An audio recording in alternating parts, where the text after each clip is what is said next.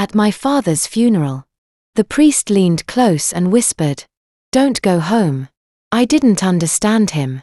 I barely heard him. Over the ship horns echoing across San Francisco Bay, carrying fog so thick I could taste salt and decay. My father's casket stood before me, polished mahogany, gleaming wet from drizzle. Leonard Mercer, 68 years old, founder of Mercer Shipping, lay inside wearing his Navy suit. 2 months of illness had stolen him piece by piece, until nothing remained but this body. And a $50 million empire. I was only now learning to run. I should have been crying. That's what daughters do at their father's funerals. But I stood there dry-eyed, numb, wondering what was wrong with me. Desmond Cross, my husband of 3 years, stood beside me in an impeccable charcoal suit. At 42 he looked 10 years younger. All sharp edges and controlled elegance. His hand found my shoulder with that familiar, proprietary touch that made my skin crawl for reasons I couldn't name. He'd been perfect all morning. Perfect condolences, perfect handshakes, perfect words about loss and legacy. "Your father built an empire," someone said. A woman I didn't recognize dabbing at her eyes. Such a legacy. I nodded. That's all I seemed capable of nodding. Standing, not crying. Desmond leaned in. His cologne, mixing with funeral flowers and ocean spray. "You're doing beautifully, darling. Just a little longer, then we can go home." Home. The Pacific Heights mansion that had been my father's, then mine, then somehow became ours when we married. 3 years ago. I'd thought I was the luckiest woman alive. Now, I couldn't remember the last time I'd made a decision without checking with my husband first. 3 days since father died. 3 days I'd been waiting to cry. 3 days Desmond had been watching me with that concerned expression, suggesting maybe I should see someone. Because wasn't it strange that I seemed so detached? Maybe he was right, maybe I was losing my mind. The crowd thinned as mourners filed toward the parking area, umbrellas blooming against the fog. That's when Father Thomas approached. 71 years old, a longtime friend of my father's. He'd led the service with trembling liver-spotted hands, and kept finding my eyes throughout, with a look that wasn't priestly comfort, but something desperate. "Mrs. Cross," he said, taking my hand in both of his. They were cold, shaking. "I'm so sorry for your loss. Your father was a good man." Standard funeral language. But then he leaned closer and pressed a folded piece of paper into my palm. His lips barely moved. "Don't go home. Pier 9 midnight, come alone." I stared at him. He straightened, still holding my hand, speaking louder now. "He loved you very much, Mrs. Cross. Never doubt that." Then he was gone, moving toward Desmond, leaving me with paper burning against my palm. I waited until I was alone before unfolding it. The handwriting was shaky but clear. Pier 9 midnight. Come alone, don't go home. The truth is inside. Truth is the truth about what? My phone vibrated once, twice, 3 times in rapid succession. 3 texts from Desmond, each more urgent than the last. "Come home now. Don't listen to anyone at the church, lawyers waiting. Urgent, Lyra, right now, this is important." I looked up. Desmond stood 20 paces away, phone in hand, watching me. That perfect smile still on his face. But even through the fog I could see his eyes weren't smiling. They were cold, calculating, waiting. Did I still trust my own mind? Or had 3 years of marriage taught me to doubt every instinct I had? Because right now, every instinct was screaming that something was wrong. That the timing of these texts arriving, the exact moment Father Thomas handed me that note, wasn't coincidence. Another text: "I can see you reading something." What did he give you? My hands went cold. How could he know Father Thomas had given me something? Unless he was watching. Not just watching now, but watching closely. Enough to see a folded paper change hands. In the fog I glanced at my phone. Location services on. Always on because Desmond said. It made him feel better to know I was safe. Said it was protection, not surveillance. For more texts came rapid fire. Leora, answer me. What did the priest give you? Come home now. I looked at Desmond again. He'd stopped pretending to comfort mourners.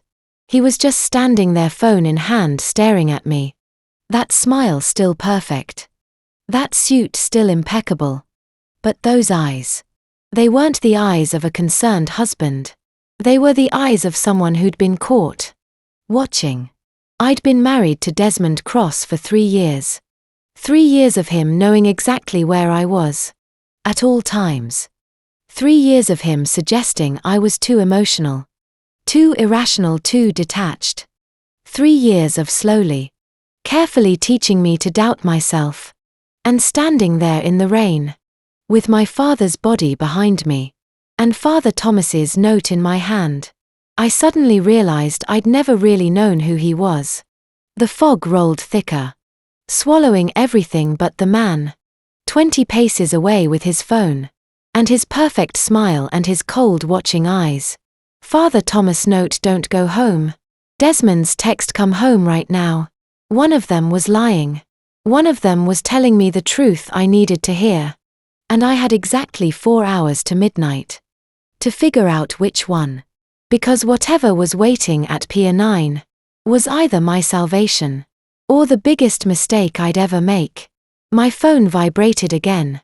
Desmond's name on the screen. I could feel him watching, waiting to see if I'd answer. I didn't. Instead, I folded Father Thomas's note and slipped it into my purse.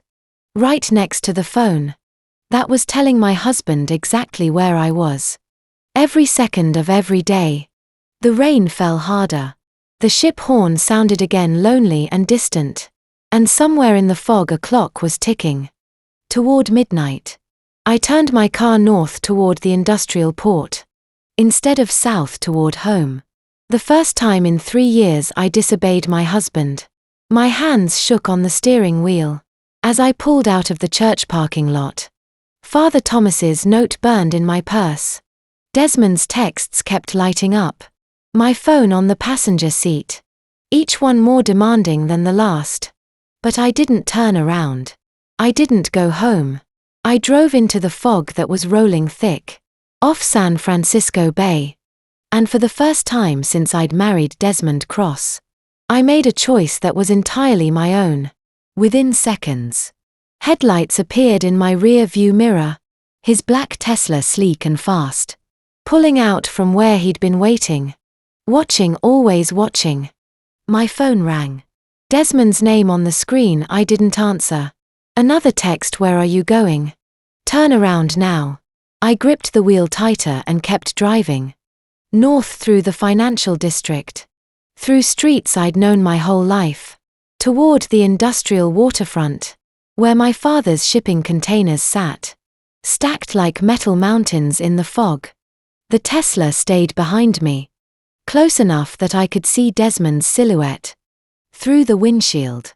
Not close enough to force me to stop. Not yet. Father Thomas knew something, I whispered to myself. Something worth warning me. The port district materialized out of the fog. Massive cranes towering overhead. Like prehistoric creatures. Shipping containers. Creating a maze of 40-foot steel walls.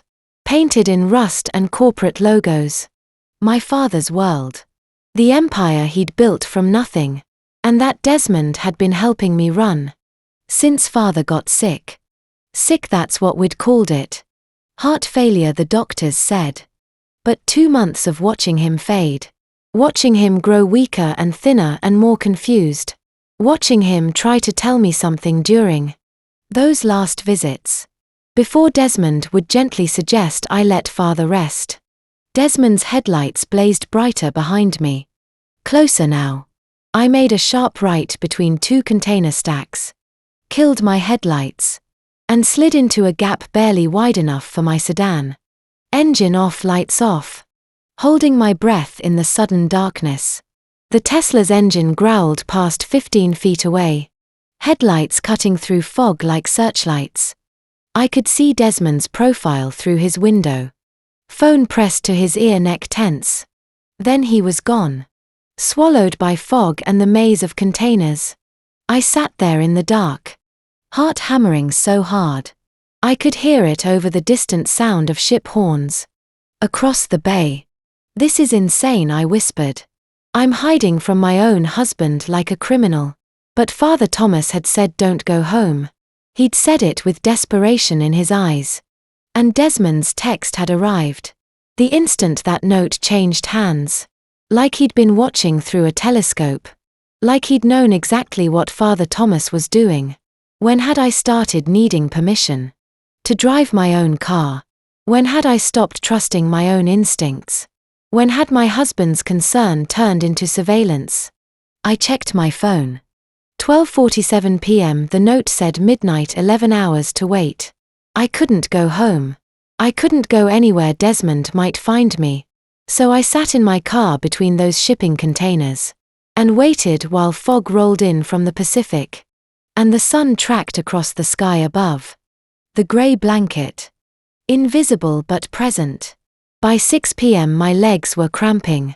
By 9 p.m. my phone had died. From Desmond's constant calls and texts. By 11 p.m. I was questioning everything, my sanity. My marriage, whether Father Thomas had been confused. Or whether I was the one who'd lost my mind. But I'd made my choice. And for the first time in 3 years. I was going to see it through. At 11:45 p.m. I finally started the car. And drove deeper into the port. Headlights still off. Navigating by the yellow crane lights. Reflecting on black water. The bay stretched out before me, dark and vast. Dotted with cargo ships riding at anchor. Ship horns echoed across the water, mournful and lonely. Pier 9 sat at the northernmost point of the port. Past the active loading docks. Where old shipping equipment rusted in salt air. I parked and stepped out into the smell of diesel. And brine and creosote. The note had said the truth was inside what? Then I saw it. Under the skeletal frame of an ancient loading crane. Sitting on a concrete piling. A metal box about the size of a briefcase. Marine-grade steel. With a small lead panel on the front. A fingerprint scanner. My breath caught. I knelt beside the box. My father's empire stretching out behind me. In stacks of containers. Bearing the Mercer shipping logo. Lead glowed red in the darkness. I pressed my left thumb against the sensor. Nothing happened. 5 seconds, 10 seconds. Then the lead flashed green, the lock clicked. The box opened. Inside, a leather-bound diary in my father's handwriting. 3 USB drives. An envelope. Thick with papers that looked like medical documents. And a business card that read, "Grant Reeves, private investigator, former FBI." My father had thought of me in his final days. Not of the company. Not of his legacy, but of me. And built this box to open. Only for his daughter's hand. "I've been waiting for you, Miss Mercer." I spun around. A man stood at the edge of the crane's shadow. 52 or 53 years old. Weathered face and grey hair. Wearing jeans and a dark jacket. He had the steady bearing. Of someone who'd spent decades reading people. Staying calm, watching. "Who are you?" I demanded. "How did you Grant Reeves?" He gestured to the business card in the box. "Your father hired me 7 months ago," he told me. "If you found this box, it meant he was dead." He paused, his expression grave. "And it meant you were in danger." I looked down at the open box in my hands. My father's diary. The first page visible in the yellow crane light. His handwriting shaky but determined. Dated 7 months ago. "If you're reading this, Leora, I'm already gone. And Desmond is not who he says he is." The world tilted. The fog rolled thicker. And Grant Reeves stood there. Watching me with the patient expression of someone who knew exactly what I was about to discover. My father's handwriting trembled across. The first page of the diary. April 12, 2025. And the first words I read were "I am being poisoned." Grant stood watch at the edge of the pier, while I sat on a concrete piling, under the yellow crane lights. The fingerprint box opened beside me, the leather-bound diary in my hands. The lead from the box cast everything in stark relief. My father's shaking script. The dates marching forward like a countdown. The clinical precision with which he documented his own murder. April 12, 2025. I read aloud, my voice barely carrying over. The sound of waves against ship hulls. Hair coming out in the shower again. Third time this week. Joint pain worse. Can't grip coffee cup without trembling. Grant didn't move. He'd heard this before. He'd been waiting for me to hear it. I turned the page. April 19, April 26, May 3. Each entry. Tracking symptoms. With the methodical attention of a man who'd built a shipping empire. Through careful observation. Nausea, metallic taste in his morning coffee. Weakness so severe he could barely walk from bedroom to bathroom. May 15th. I read and my voice cracked. The metallic taste is constant now. I know what this is. I've known for weeks. Arsenic poisoning. Gradual, careful design to look like heart failure. The fog rolled thicker across the bay. Ship horns sounded in the distance. And I sat there, reading my father's diary, by the glow of a fingerprint box. He'd prepared for this exact moment. Keep reading, Grant said quietly. It gets worse. May I tested Leora's morning tonic, the one Desmond insists she take for her health. I took one pill from her bottle. Same metallic taste. Same bitter aftertaste that I've been tasting in my coffee for 2 months. She's being poisoned too and she doesn't know. I stopped breathing. The tonic, the daily vitamin supplement Desmond had given me every morning for the past year, saying it would help with my stress, my anxiety, all the problems he said I was having. She trusts him. I read, tears blurring the words. She takes the pills every morning without question. I see her health declining. The exhaustion, the rain fog. The hair loss she thinks is stress. It's arsenic, low dose, cumulative. Destroying her slowly, just like it's destroying me. My father had suffered in silence for 4 months. Watching the poison destroy him cell by cell. Choosing documentation over confrontation. Because he knew confrontation would get us both killed. Faster, why didn't he tell me? I whispered. June entry, Grant said, read it. I turned pages with shaking hands until I found it. I can't tell Leora. Desmond watches her constantly. Tracks her phone. Monitors her calls, controls her schedule. If I tell her the truth, he'll know within hours. He'll accelerate the poisoning. We'll both be dead within weeks instead of months. My only option is to prepare. Evidence she can find after I'm gone. Evidence he can't intercept or destroy. I looked up at Grant. He died to give me this. He hired me 7 months ago, Grant said, May 1, 2025. Showed me his medical tests, his symptoms, everything. Asked me to build a case against Desmond Cross. That would survive his death. He knew he wouldn't live to see it through. But he knew you would. The final entry was dated August 14, 2025. My father's last words written the day before he died. If you're reading this, Leora, I'm dead. And Desmond Cross is responsible. Everything you need is in this box. Trust Grant Reeves. Trust the evidence. Don't trust Desmond. Don't go home. And remember, I love you more than the company. More than the money, more than anything I ever built. You are my legacy, not the ship's you. I closed the diary. And sat there in the salt air and yellow crane light. Crying for the first time since he'd died. 3 days of numbness. And now it all came flooding back. Not just grief but rage. Cold and focused and building like a tsunami. There's more, Grant said. He opened his laptop, balanced it on a shipping crate, and clicked on an audio file. This is from the second USB drive. Your father had it in his office safe. Hayes recorded it 5 years ago. Hayes, my brother's name hit me like a physical blow. The speakers crackled. Then my brother's voice filled the night air. Young Ergen. Alive in a way I hadn't heard in 5 years. October 8, 2020. This is Hayes Mercer. If you're listening to this, something's wrong. I need to document this before I talk to Dad tonight.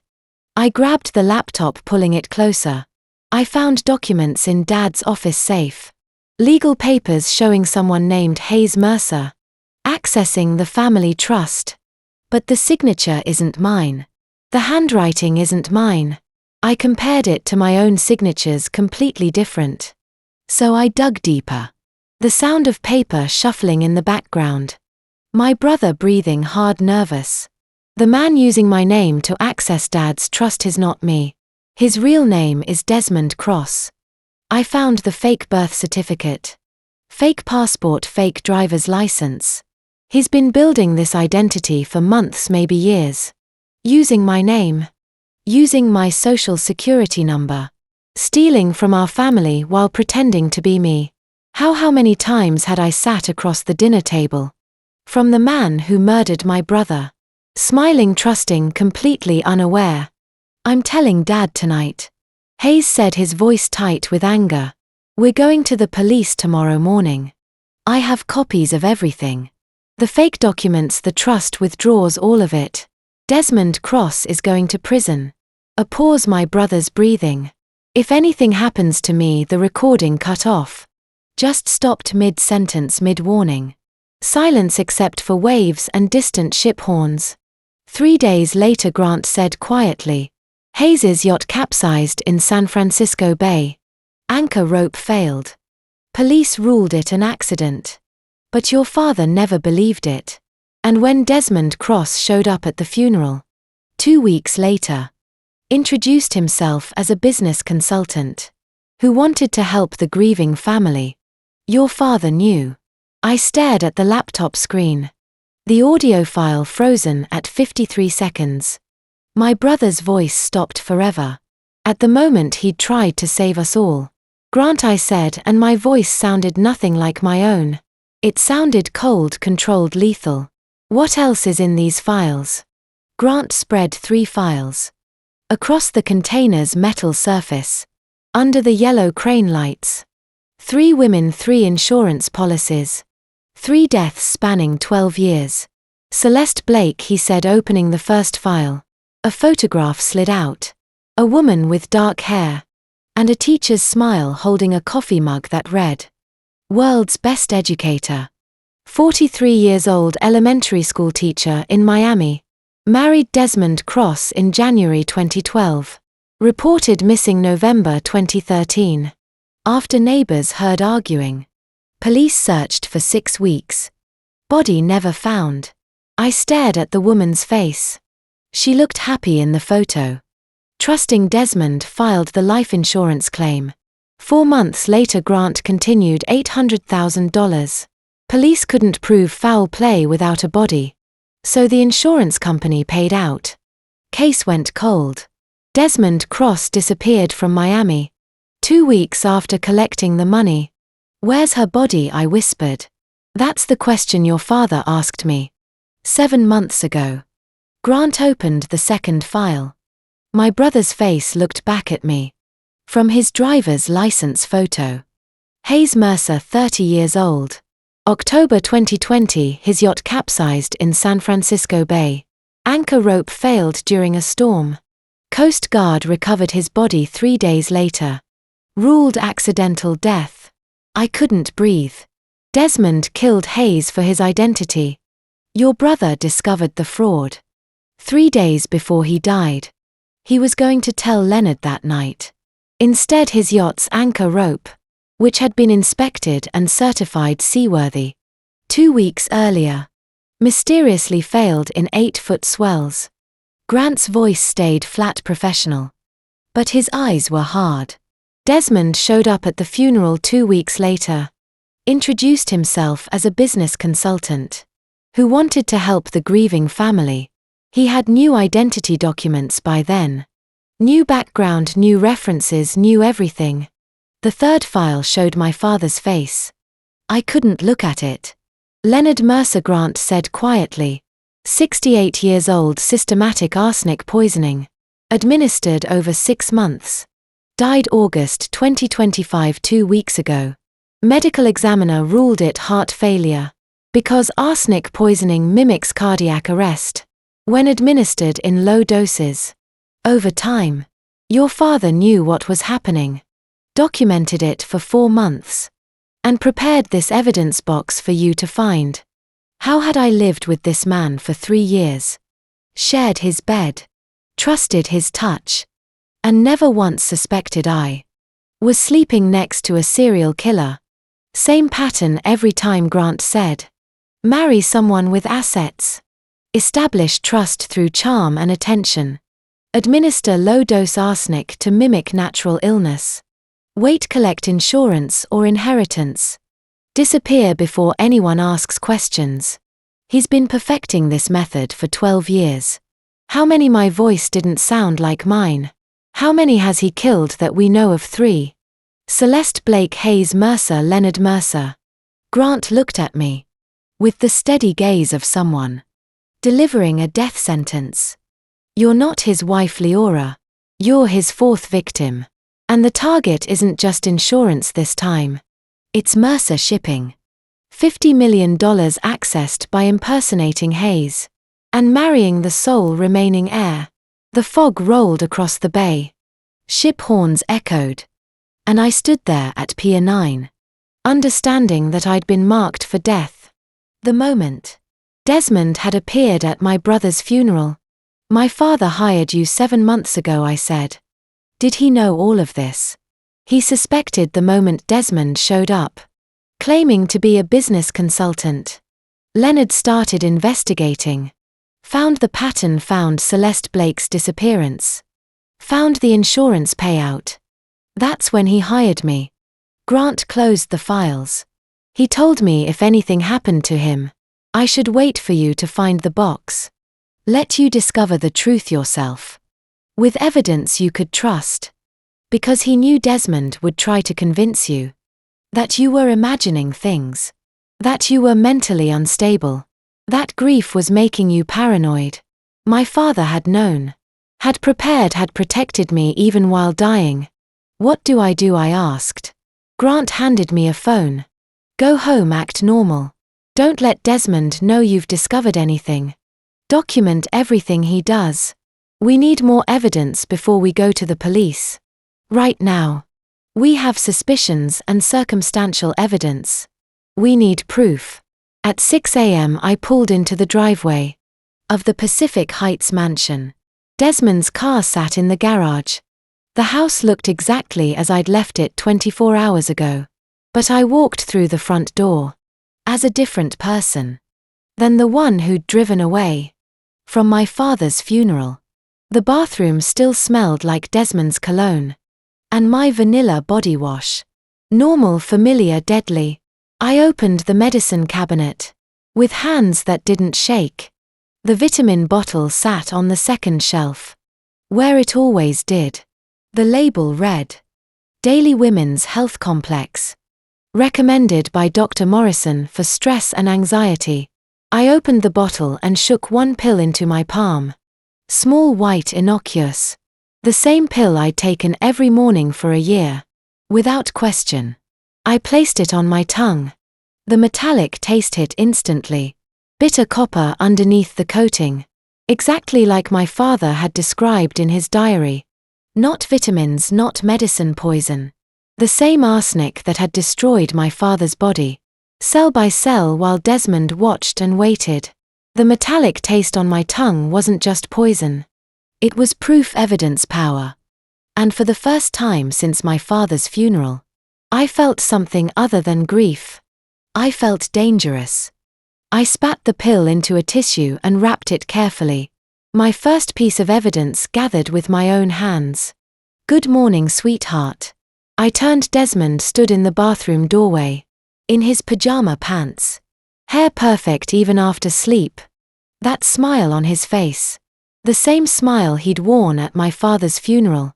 The same smile he'd probably worn while watching Celeste Blake disappear, while sabotaging Hazard's yacht, while serving my father poisoned coffee for 6 months. "Did you take your vitamin?" he asked, his voice full of concern, full of love, full of lies.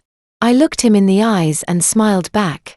"Yes, honey," like every day the lie came easily, naturally, like I'd been practicing for years. Desmond kissed my forehead, completely satisfied, completely unaware. "Good girl, I worry about you. Especially with all this stress from your father's death." "I know," I said. "You're always taking care of me." He smiled and walked toward the shower. I stood there, holding the tissue-wrapped pill in my palm, my phone with Grant's number programmed into it, sitting on the counter. The woman in the mirror looked different than she had 24 hours ago, harder, colder, ready. The sound came from my father's office, a door I hadn't opened since the funeral, and it was the unmistakable click, click, click of someone taking photographs. I stood in the second-floor hallway of the mansion, the tissue-wrapped pill still in my pocket, from this morning's deception, listening to the steady rhythm of a camera shutter. Through the mahogany door. Desmond had left for the office an hour ago. The house should have been empty except for me. Click, click, click. I turned the brass doorknob slowly. The office smelled like my father. Leather and pipe tobacco. And the sea air that always clung to his shipping manifest. But the woman standing at his desk didn't belong there. Odette, the new maid Desmond had hired, stood with her back to me, phone raised, photographing documents spread across the mahogany surface. She wore the grey uniform Desmond had ordered, her dark hair pulled back in a neat bun. 35 years old, calm and efficient. She'd appeared in our house 1 week ago, with a resume Desmond said was impeccable. She didn't startle when the door opened. She simply looked up, phone still in hand, and met my eyes with an assessment that had nothing to do with a servant caught where she shouldn't be. "What are you doing in here?" I asked. Odette lowered her phone but didn't hide it. "Organizing papers, Mrs. Cross. I was photographing documents to create a filing system." Her voice was steady, rehearsed like she'd prepared this answer in advance. "When did my husband hire you?" "Last week, Mrs. Cross. Wednesday, the day after your father's funeral." She gestured to the papers on the desk. "Shipping contracts, financial statements, insurance documents." Mr. Cross said, "You needed support during this difficult time. He asked me to help organize your father's estate papers last week, the day after the funeral." The day after. I'd stood at my father's casket, unable to cry. Desmond had planted this woman in my house. Within 24 hours of Leonard's burial. "I don't remember meeting you," I said.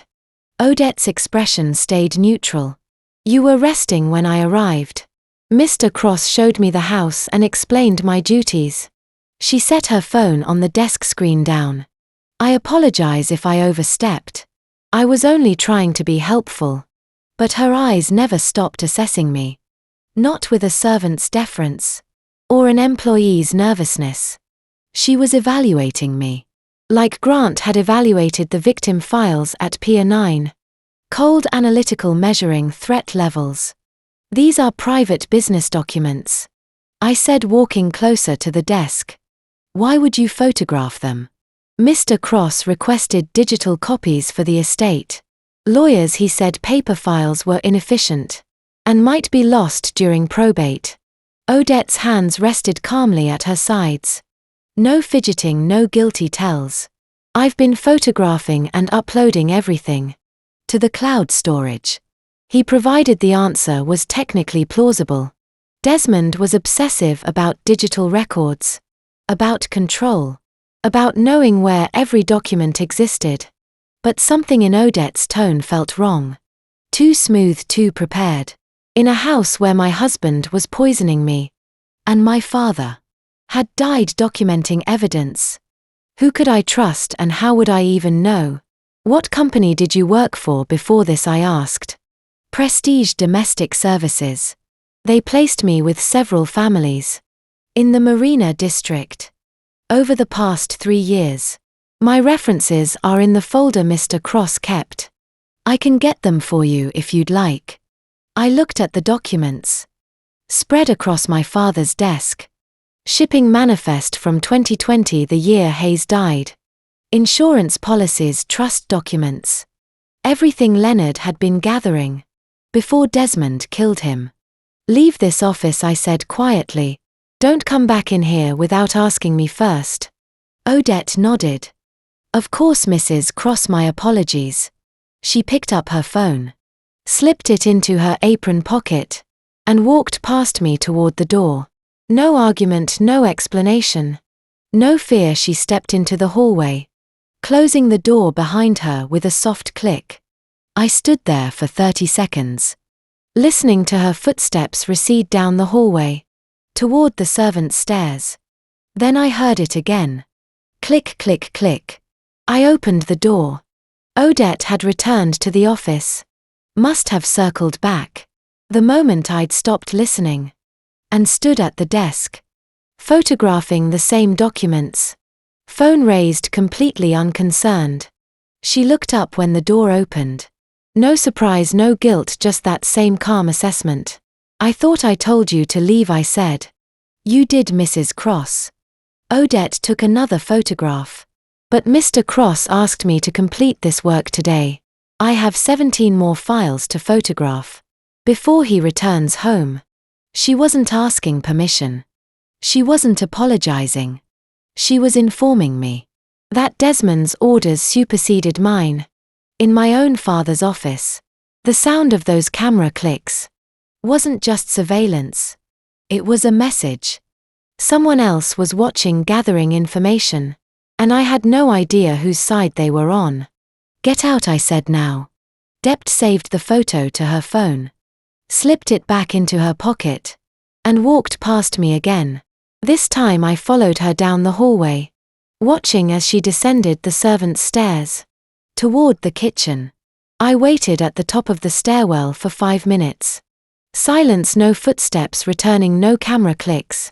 But when I walked back past my father's office, I heard it click, click, click.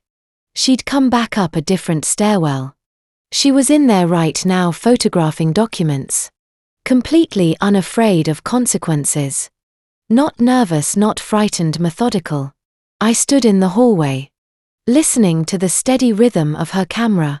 Most people caught doing something wrong would stop. Would hide, would show fear. But Odette kept photographing like I was the intruder. Like she had more right to those documents than I did. This wasn't a spy. Who'd been intimidated into helping Desmond.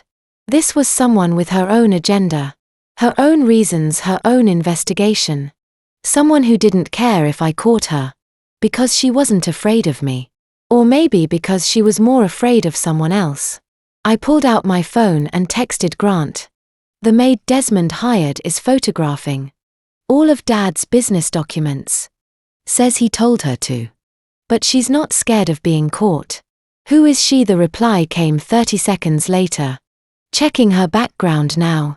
Don't confront her until I know more. If she's working for Desmond. We need to know what she's looking for. If she's not, we need to know who sent her. I stood outside my father's office. Listening to Odette's camera. Clicking steadily through the door. 2 mysteries. My husband, the serial killer. And a maid who photographed documents. Like she was building her own case. I gave the clinic receptionist a fake name. Sarah Mitchell. And filled out forms. Listing an address I'd never lived at. Because if Desmond tracked me here, he'd know I'd discovered the poison. The private medical clinic. Sat 40 minutes south of San Francisco. In a nondescript office park. That Grant had chosen. Specifically. For its distance from Desmond's network of doctors. I'd left the mansion at 8:30 a.m. While Desmond was in the shower. Telling him I needed to drive to clear my head. He'd kissed my forehead and told me to be careful. his hand lingering on my shoulder, in that proprietary way that now made my skin crawl. I'd driven south with one hand on the wheel, and the other clutching the tissue. Wrapped pill from yesterday's bathroom. Deception, physical evidence, but I needed more. Name for the file, the receptionist asked. She was young, maybe 25, with bright pink nails and a bored expression. Sarah Mitchell, Mitchell address. I recited the fake address I'd memorized from a street in Oakland. I'd found on a map. Insurance information, none paying cash. Emergency contact. I was a ghost walking into this clinic. And I needed to walk out the same way. The waiting room smelled like antiseptic and old magazines. I sat on a vinyl chair that stuck to my skin, hands shaking despite my attempts to appear calm. Around me other patients waited. An older man coughing into his elbow. A mother with a feverish child. A teenager scrolling through his phone. Normal people with normal medical problems. I was here to confirm. My husband had been poisoning me for 6 months. Sarah Mitchell, a phlebotomist, led me to a small room with an examination table, covered in crinkly paper. She tied a rubber tourniquet around my arm, tapped the vein in the crook of my elbow, and slid the needle in. With practiced efficiency, I watched my blood fill 3 glass vials, dark red, almost purple, carrying proof of attempted murder in every cell. Comprehensive toxicology screening, she said. Labeling the vials. Results in about 90 minutes. Dr. Lennox will review them with you. 3 vials of blood. 3 vials of evidence. I watched her carry them down the hallway, toward the lab. And for the first time in 3 days, I felt something close to hope. 93 minutes later, Dr. Patricia Lennox called me into her office. She was 48 with grey, streaked hair, and the grim expression of someone who'd seen poisoning cases before and knew exactly what they meant. 20 years of toxicology experience, Grant had said when he'd arranged this appointment. Independent practice. No connection to Desmond's medical network.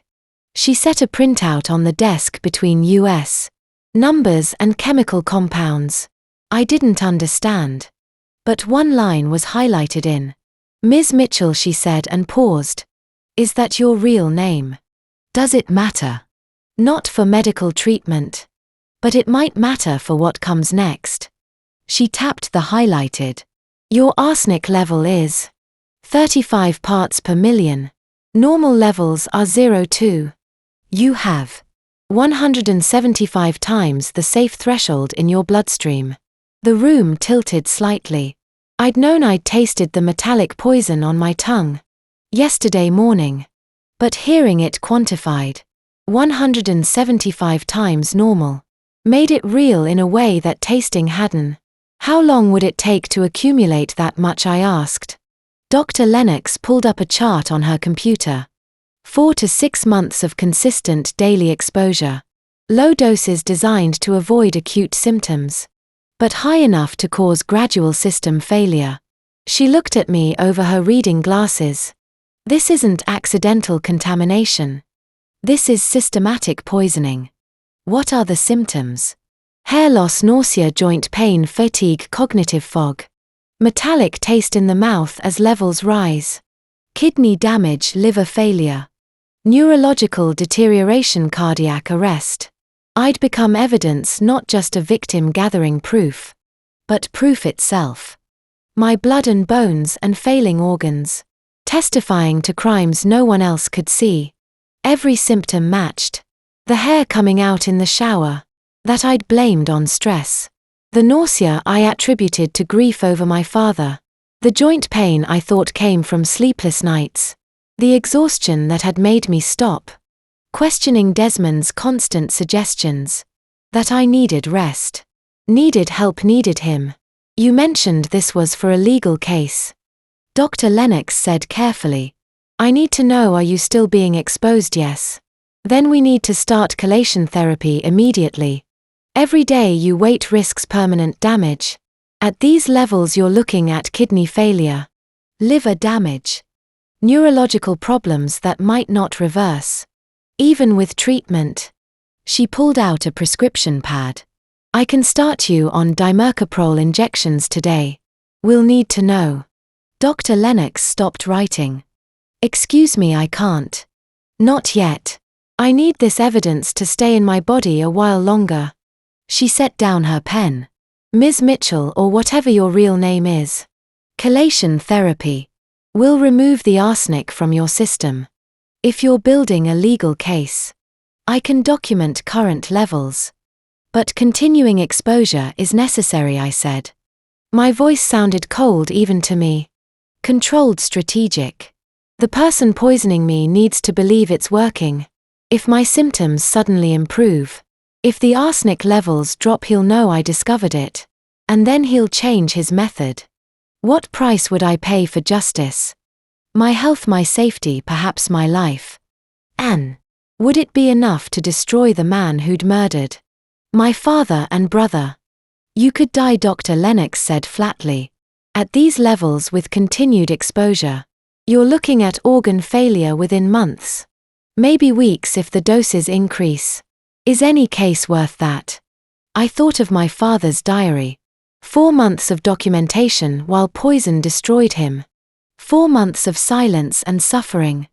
Because confrontation would have killed us both faster. He'd sacrificed his life to give me this evidence. I could sacrifice my health to finish what he started.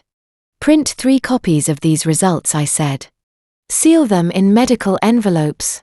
And yes, this case is worth it. Dr. Lennox studied me for a long moment. Then she nodded and turned to her printer. You're going to get him, aren't you?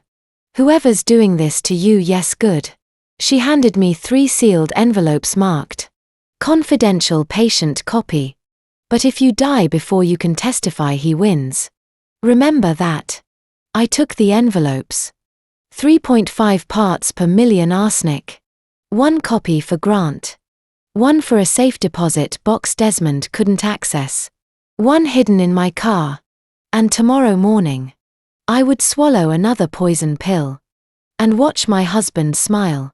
While the evidence in my bloodstream climbed higher, Desmond's office door was unlocked. For the first time in 3 years. And I had exactly 90 minutes before his meeting. Downtown ended. I'd hidden the blood work results, 1 copy in my car. 1 with Grant. 1 in a safe deposit box Desmond didn't know existed. Now I needed the second piece.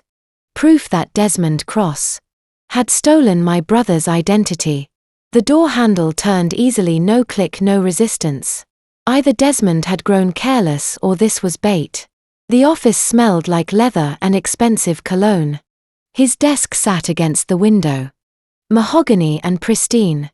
With a closed laptop and neat folders. Framed photographs of shipping vessels lined the walls. Everything looked professional. Normal, too normal.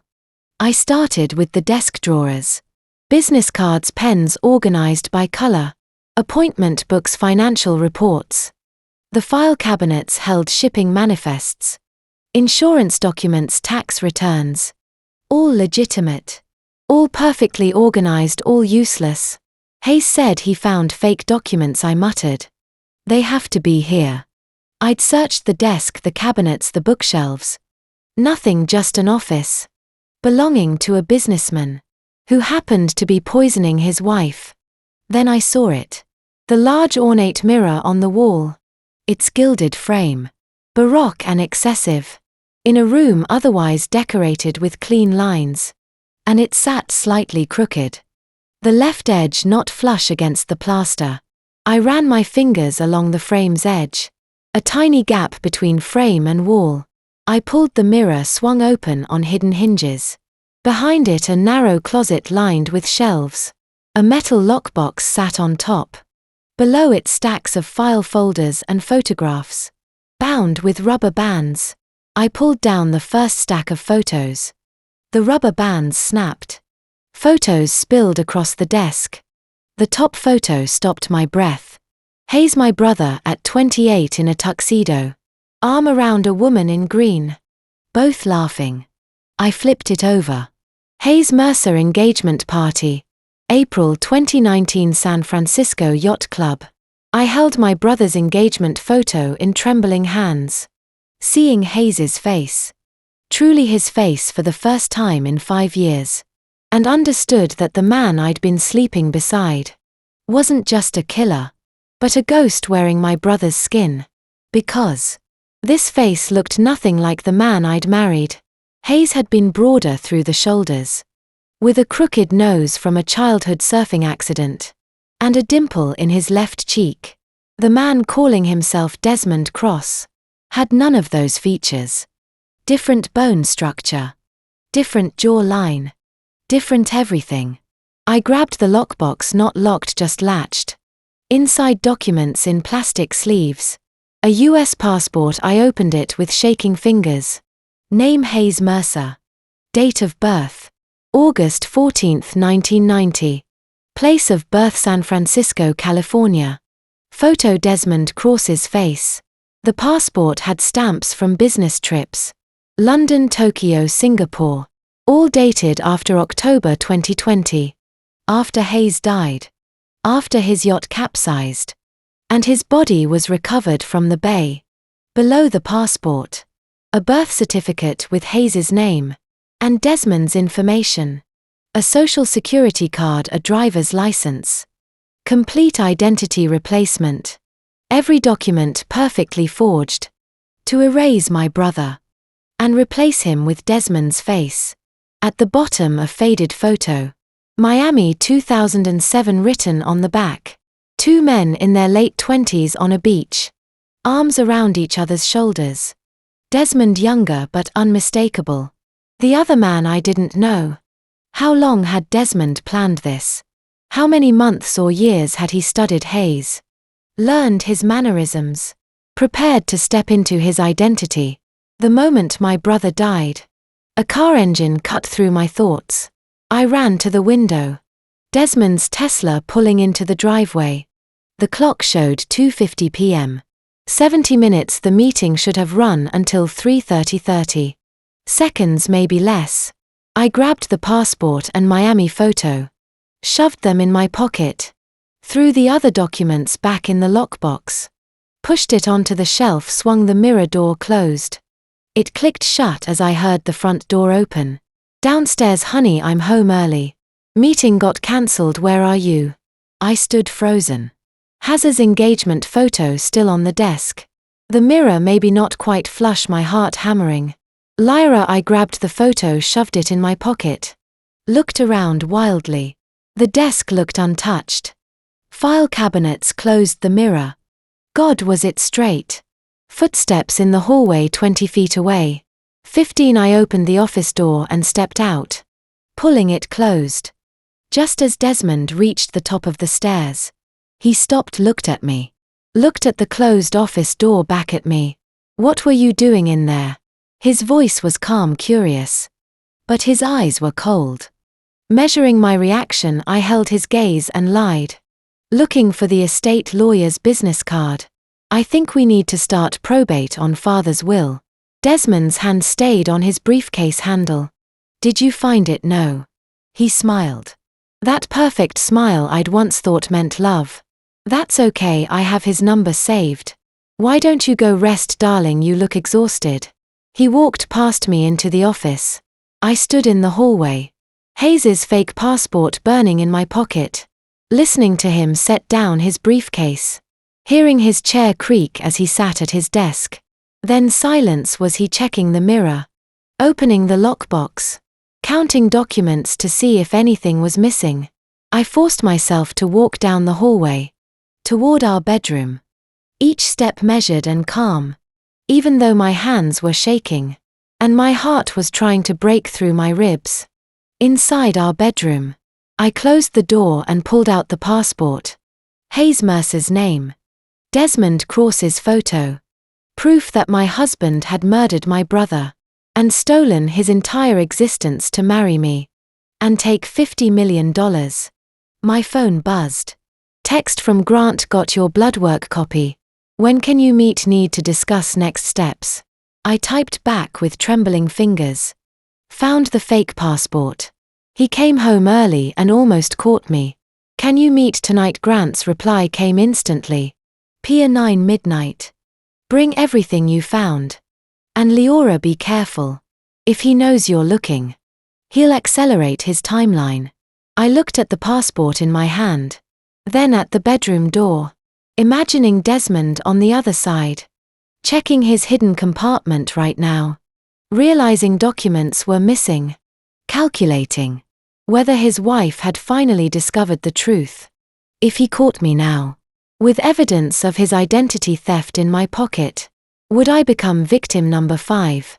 I shoved the fake passport and Hayes's engagement photo into my purse, slammed the mirror door shut, and walked out of Desmond's office. 15 seconds before his footsteps hit the stairs, my hands were still shaking. When Desmond reached the second floor, I stood in the hallway, my purse heavy with stolen evidence. What are you doing up here? He asked. Headache. I was looking for aspirin in the bathroom. Desmond studied my face. You look pale. Are you feeling all right? Just tired. I touched my temple. The headache's been there all day. He stepped closer. His hand came up to my forehead, checking for fever.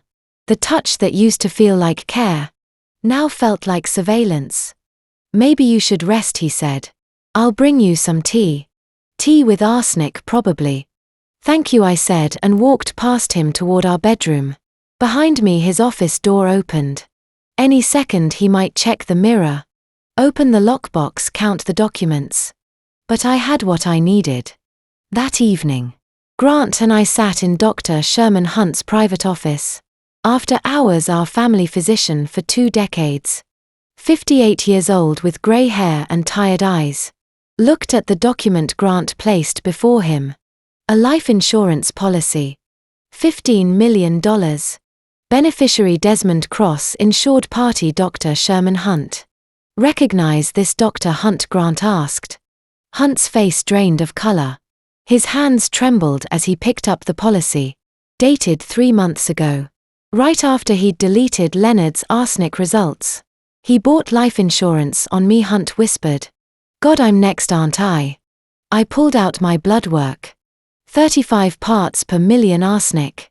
You diagnosed me with anxiety, but you knew what it was. Hunt couldn't meet my eyes. Desmond paid me $200,000 to delete your father's toxicology results, to diagnose heart failure instead of poisoning. I thought I didn't know he was planning to kill you too, Grant finished. Celeste Blake's doctor died in a car accident 6 months after her disappearance. Brake failure. Hunt's face went grey. Dr. Hunt wasn't just a villain anymore. He was another of Desmond's victims. Just one who'd survived long enough to realize. The man who bought his silence had also bought his death. Give us my father's real medical records, I said. Every test result you destroyed now.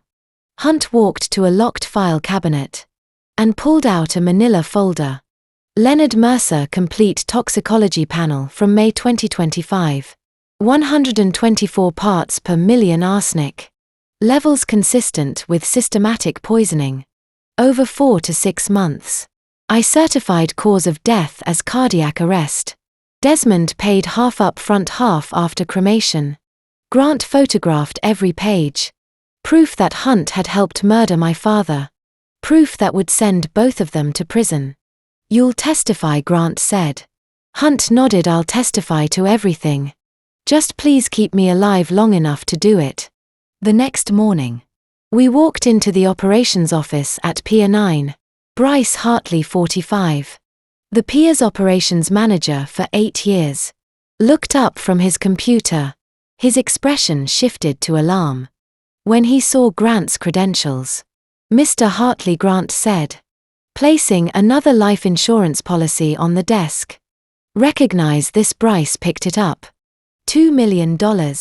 Beneficiary Desmond Cross, insured party Bryce Hartley. $2 million, Bryce said, voice barely audible. Jesus, he's going to kill me. Like he killed Jennifer's accomplice. Jennifer, I asked. Grant pulled out a file. Jennifer Morrison. Helped Desmond with the Celeste Blake disappearance. In Miami, died in a house fire. 8 months after collecting her payment. Bryce set down the policy with shaking hands. I kept insurance, my own insurance. He opened his desk safe and pulled out a small digital recorder. October 10, 2020. 3 days before Hayes Mercer's yacht went down. Desmond called me on a burner phone. But I recorded everything. He pressed play, static. Then Desmond's voice unmistakable. Bryce, I need work done on the Hayes Mercer yacht. The Meridian Slip 47. What kind of work? Bryce's voice younger, nervous. Cut the mooring rope on the starboard side. Make it look like wear and tear. The wind from the bay will do the rest. When he takes her out in the next storm. That's murder. That's $80,000 cash, half now, half when it's done. Are you interested or not? A pause, then yeah, I'm interested. The recording continued. 47 seconds total. Desmond's voice laying out the exact plan. Cut the rope 70% through. Wait for Hayes to take the yacht out.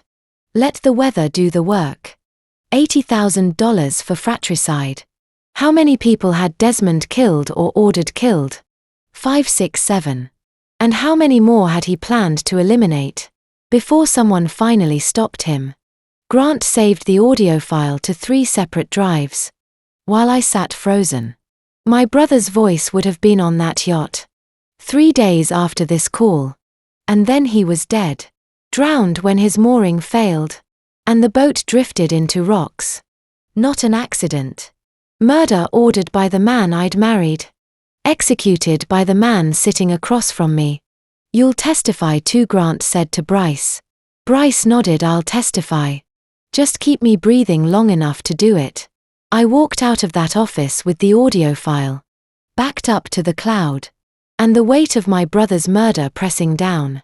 Like physical force. Desmond's voice on that recording. Cold business like arranging. Death like a shipping contract.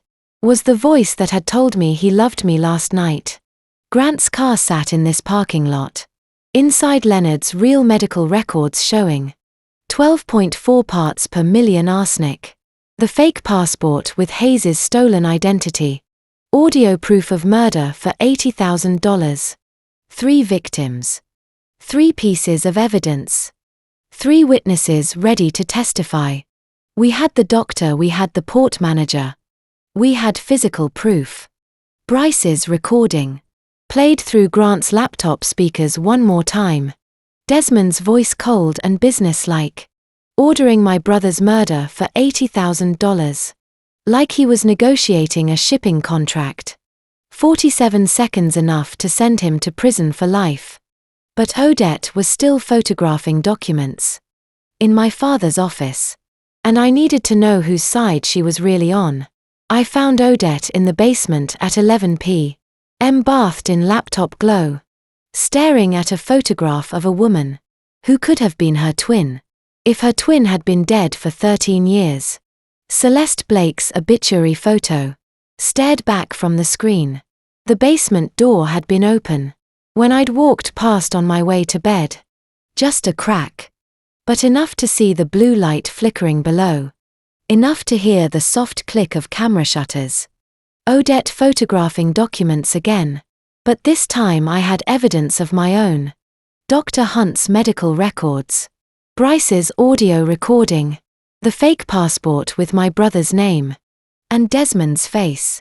This time I wasn't letting her leave. Without answers. I descended the concrete steps slowly. Each footfall deliberate. She heard me coming but didn't stop working. File folders spread across the floor around her. Desmond's locked filing cabinet stood open. Picked with tools that lay beside her laptop. That's Celeste Blake, I said. Odette's hand stilled on the keyboard. Yes, the woman Desmond murdered in Miami 12 years ago. The woman whose body was never found 13 years.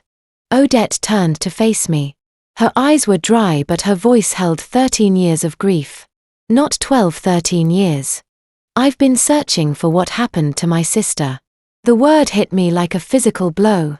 Sister, I'm Odette Blake. I changed my surname to Rhodes 3 years ago.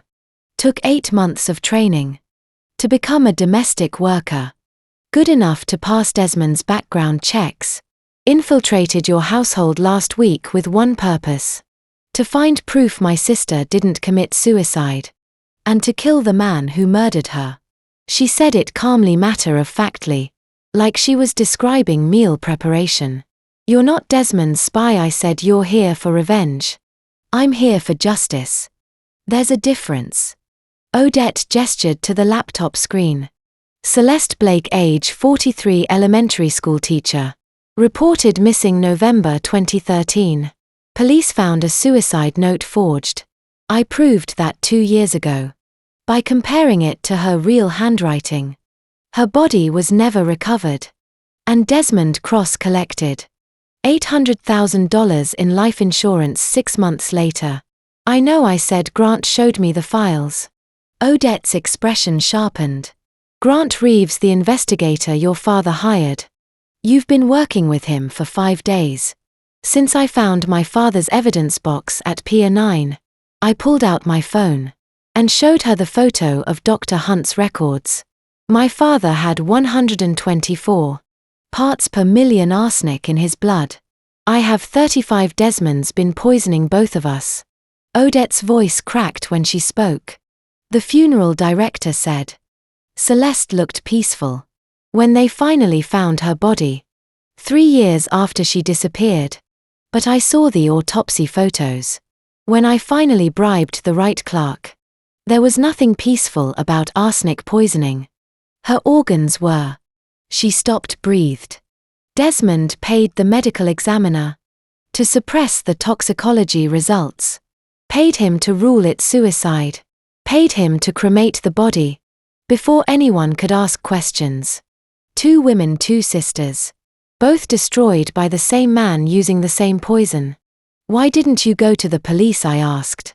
With what autopsy photos I obtained illegally. A forged suicide note. I couldn't prove was forged. Without the original handwriting samples. Desmond destroyed. The police in Miami closed the case. The insurance company paid out. Everyone moved on except me. Odette turned back to the filing cabinet. So I trained, I waited. I researched every identity Desmond Cross had used. And when I discovered he'd married into the Mercer family, I knew this was my chance. A chance to do what? Odette reached into her apron pocket and pulled out a small glass vial. Clear liquid, maybe 2 ounces. Brodifacoum rat poison anticoagulate. 3 drops in his evening whiskey. And Desmond bleeds internally for 3 to 5 days. Before anyone understands why. By the time they run the right tests, I'll be gone. The basement smelled like old paper. And furniture polish.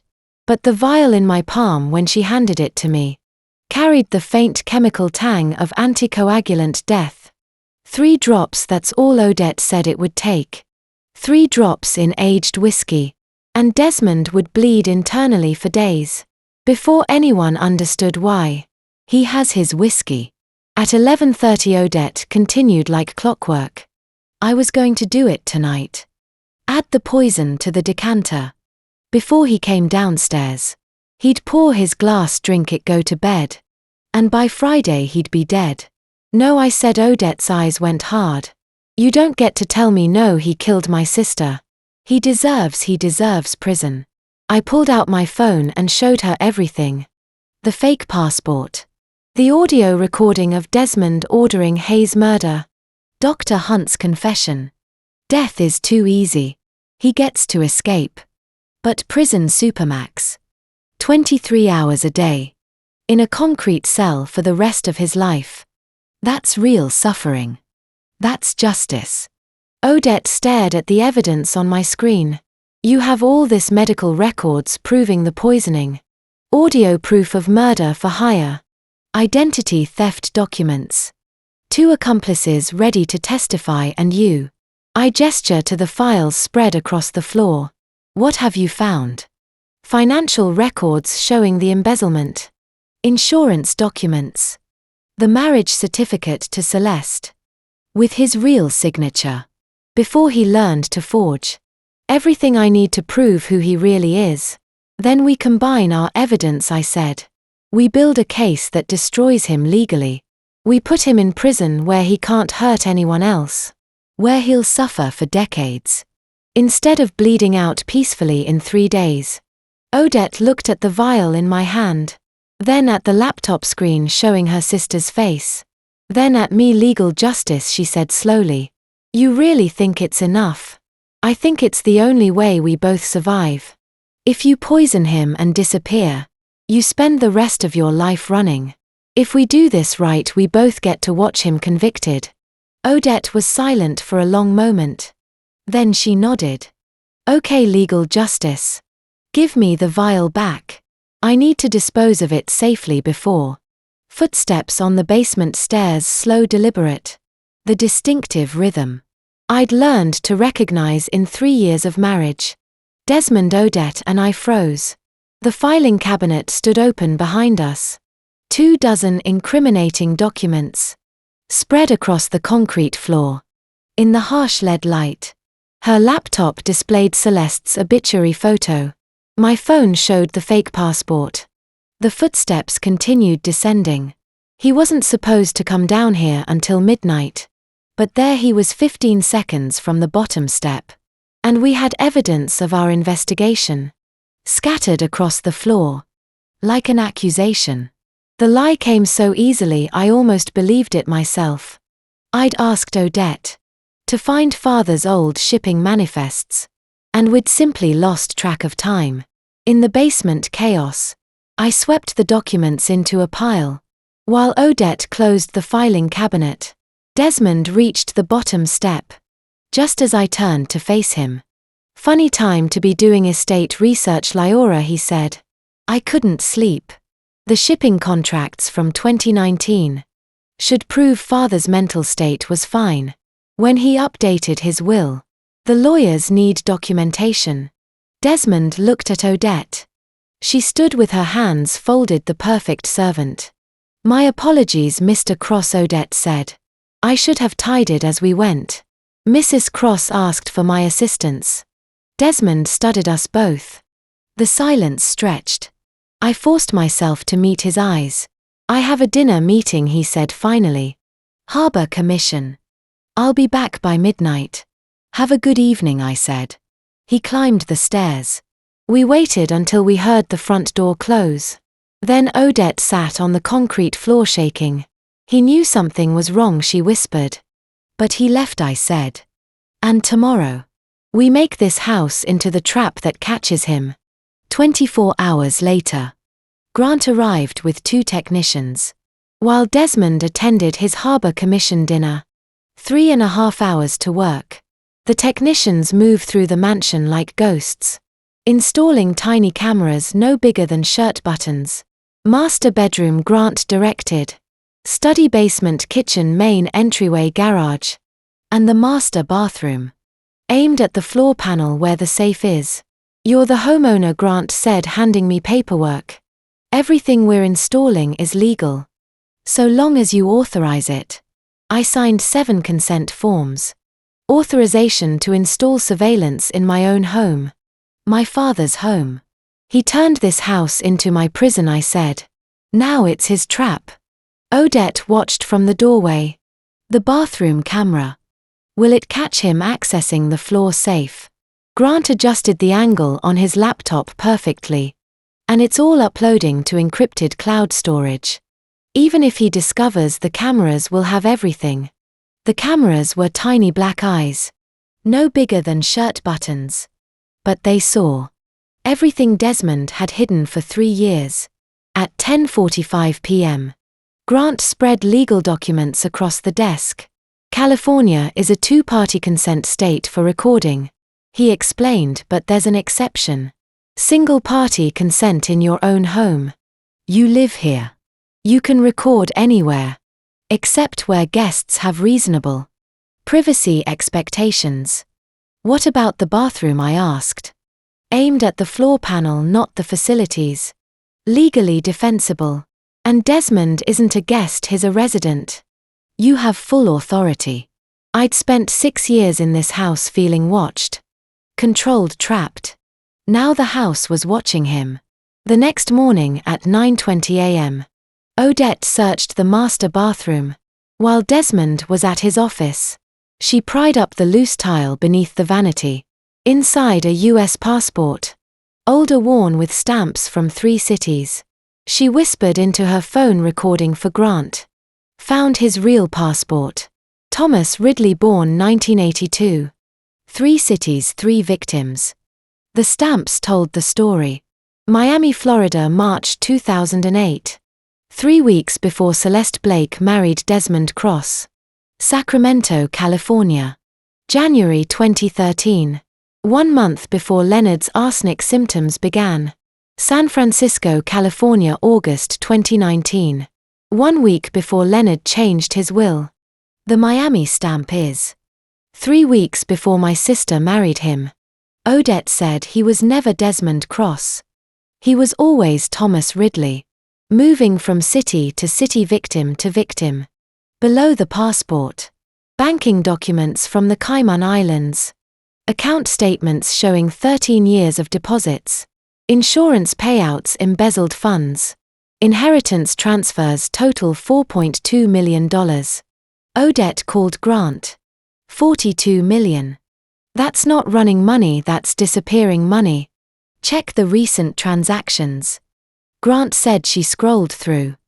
$380,000 transferred 2 weeks ago.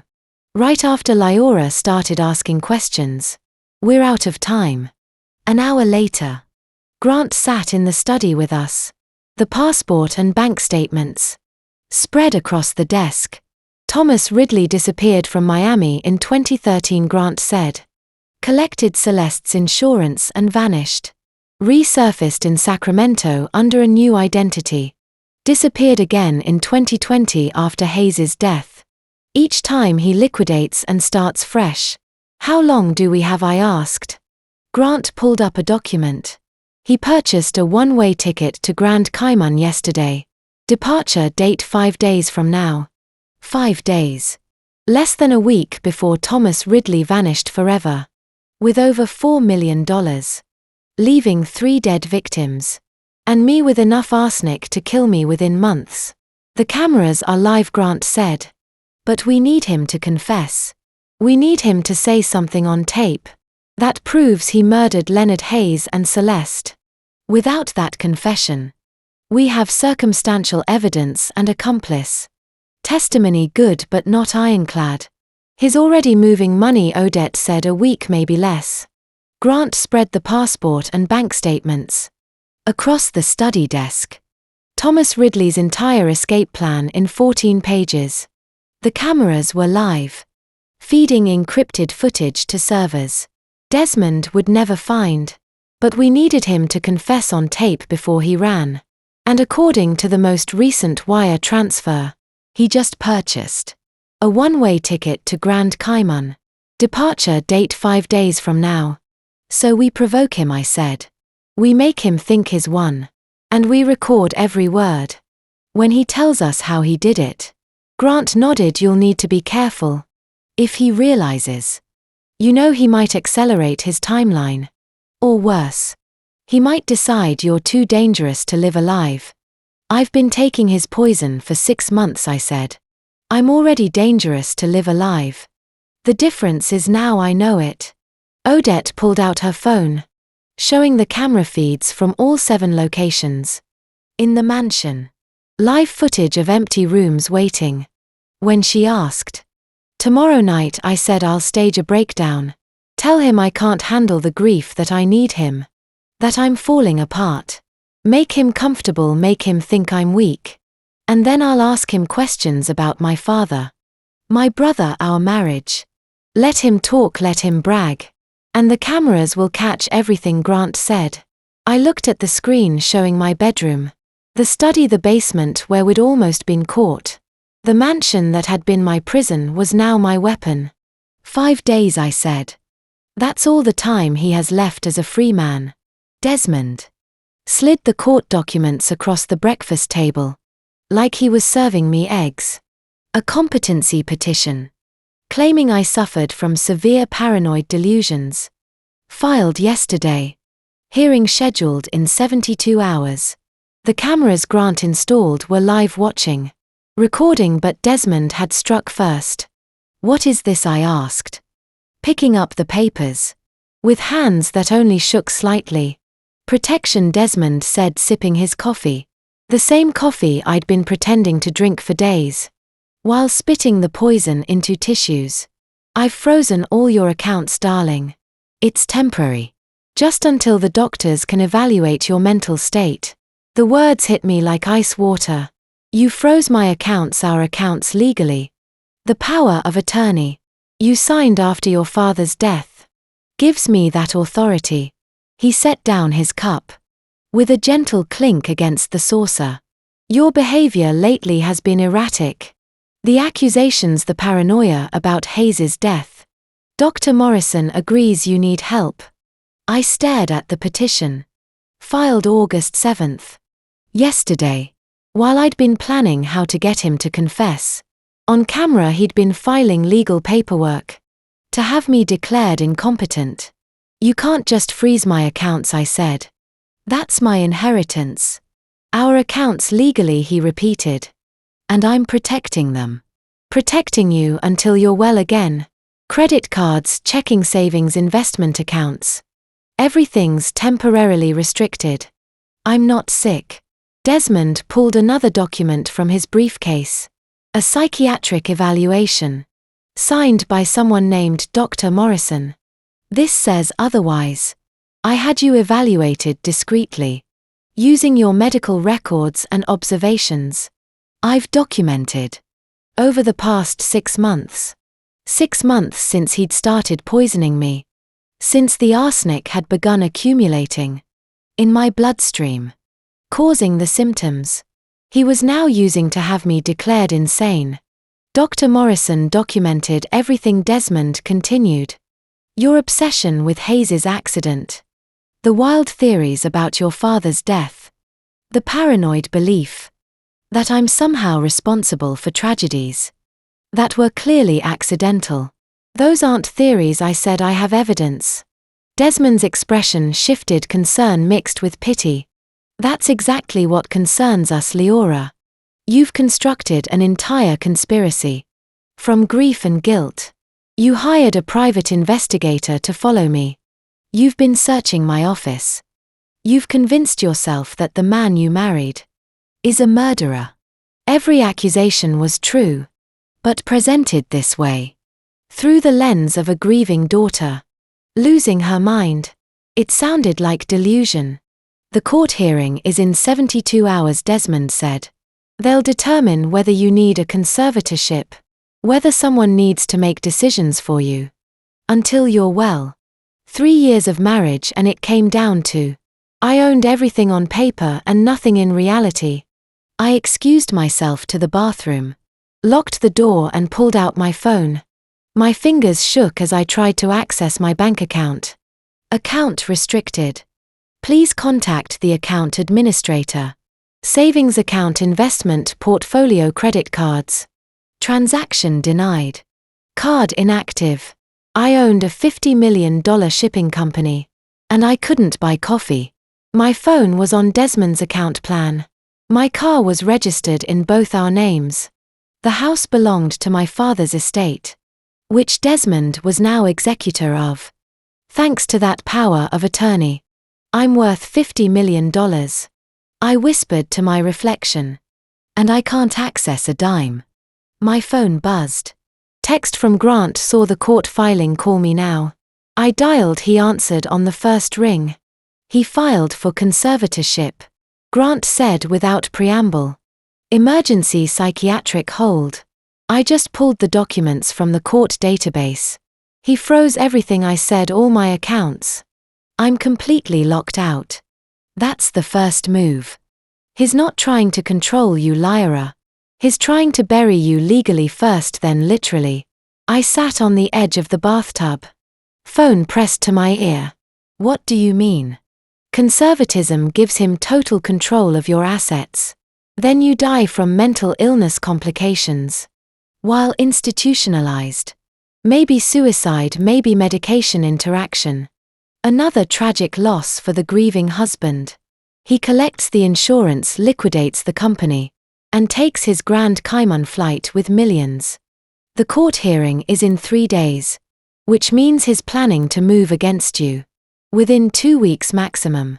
Maybe sooner if he thinks you're onto him. How many women had Thomas Ridley done this to before me? Frozen out, declared crazy, then quietly buried. What do? I asked. Grant was silent for a moment. We activate the trap. Tonight you confront him about Thomas Ridley. Push until he breaks. The cameras will catch everything. And if he doesn't confess, if he just... I couldn't finish the sentence. If he just kills me. Then we'll have evidence of what he does next. Grant said, either way we spring the trap tonight. We're out of time for subtle approaches. He'll know I've been investigating. He already suspects. That's why he filed the petition. He's trying to discredit you before you can accuse him. But if we get him on camera confessing, actually saying he murdered your father, your brother Celeste Blake, then it doesn't matter what psychiatric evaluation. His manufactured murder confession trumps competency petition. I thought of the 7 cameras watching my house.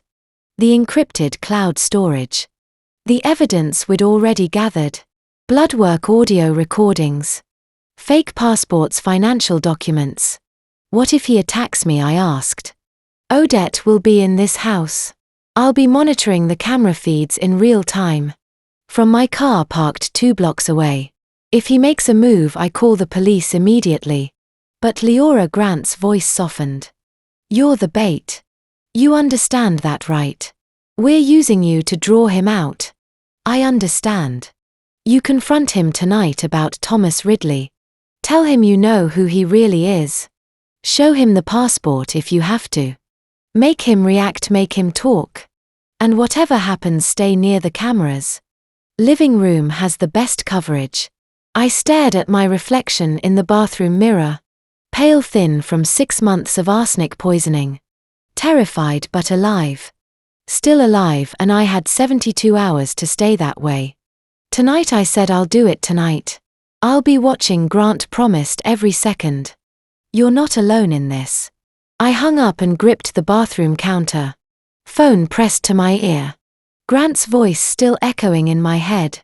With the plan that would either save my life or end it tonight, I would walk into the living room and call my husband by his real name, Thomas Ridley, and see if he confessed or killed me.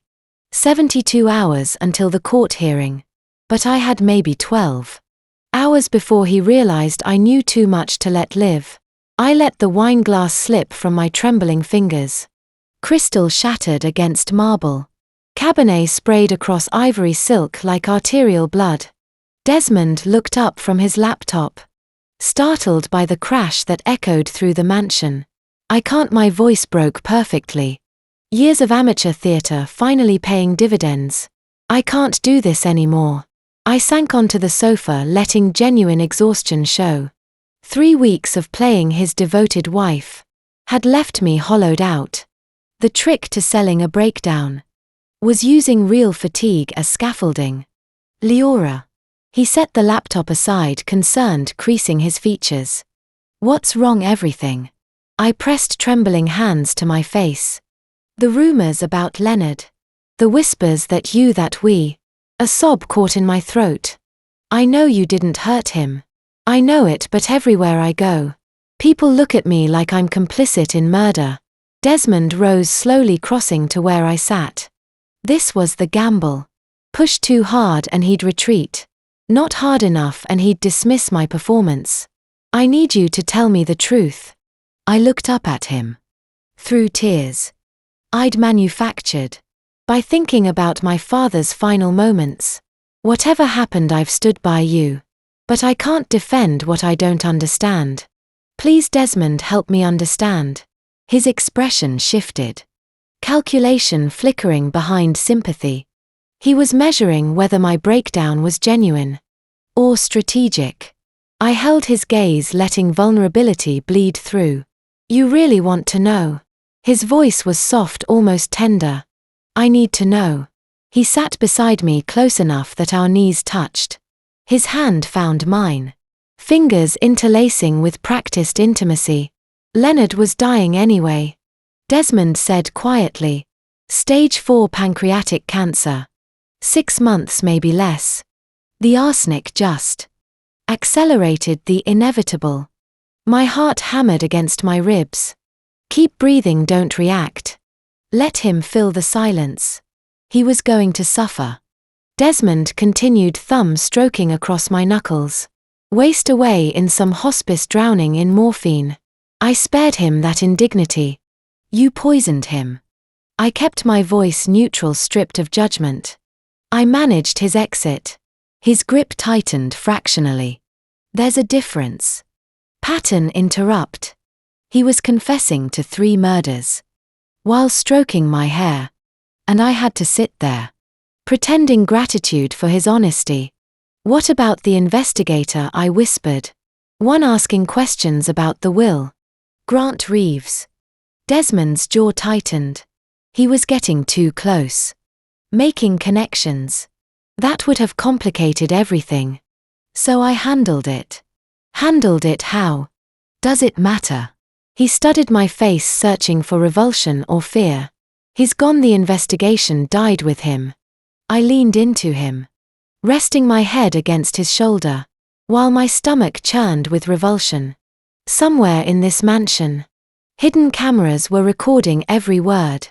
Grant had installed them. During Desmond's business trip to Singapore. 3 pinhole lenses. Disguised as smoke detector components. Their feeds uploading directly to encrypted cloud storage. And my father? The question emerged, barely audible. Leonard refused to see reason. Desmond's voice carried no remorse. He threatened to expose certain financial arrangements. To go to the SEC. With documentation that would have destroyed everything I'd built. I gave him chances, Lyra. Multiple opportunities to walk away quietly. He chose confrontation. Desmond's voice carried no remorse.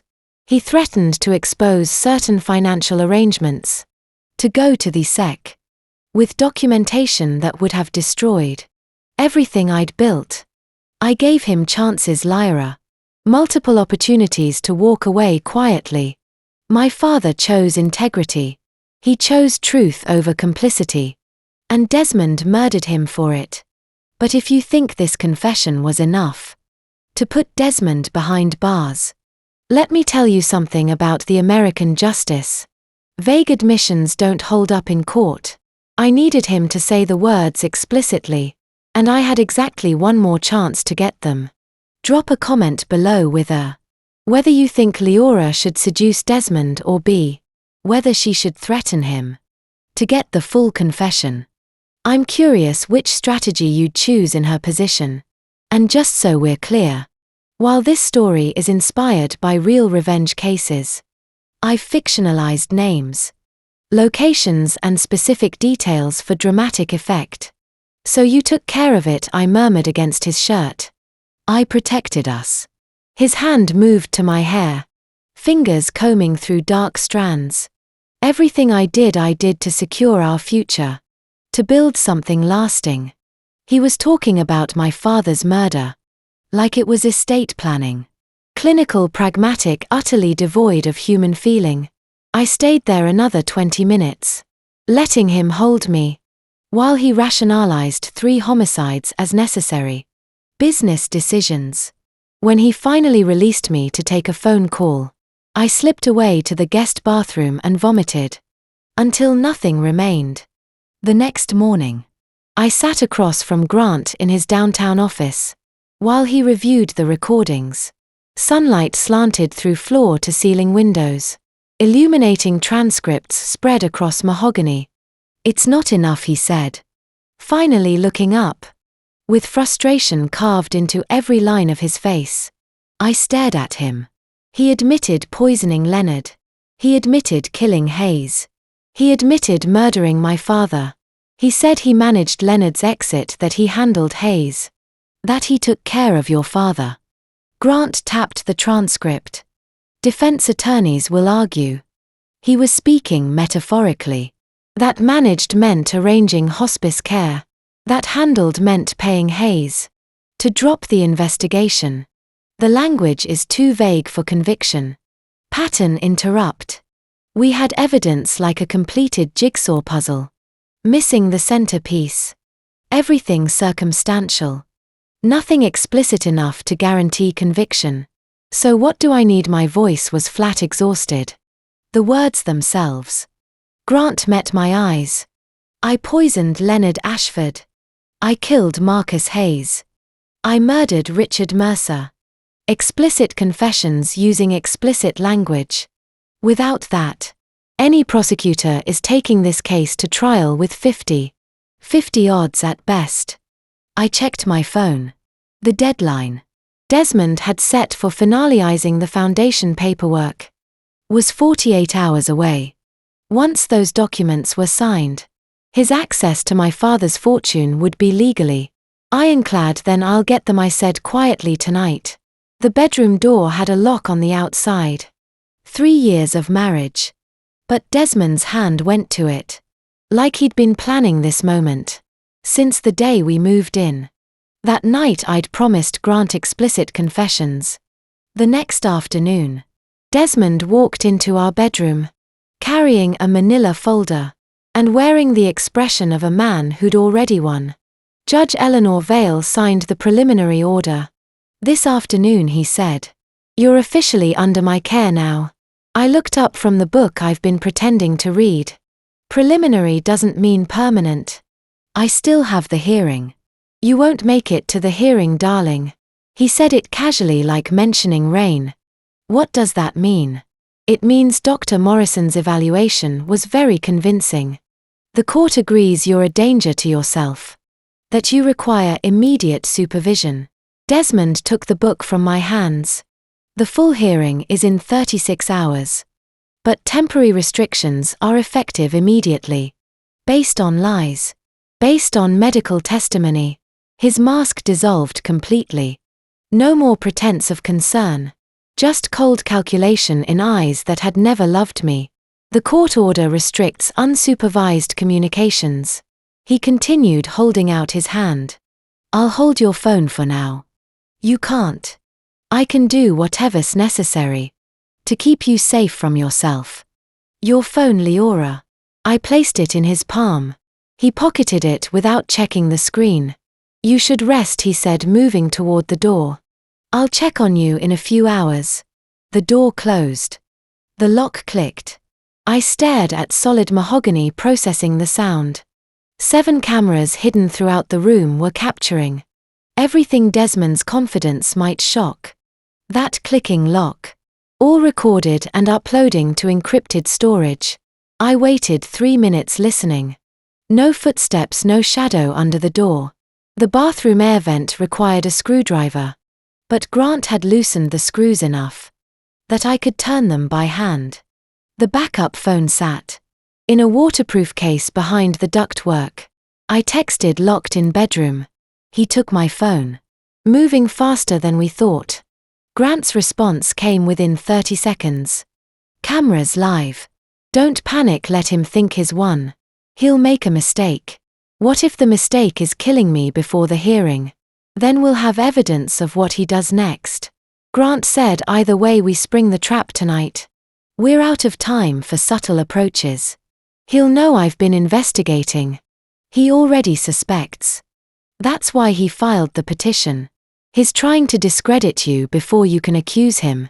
But if we get him on camera confessing, actually saying he murdered your father, your brother Celeste Blake, then it doesn't matter what psychiatric evaluation his manufactured.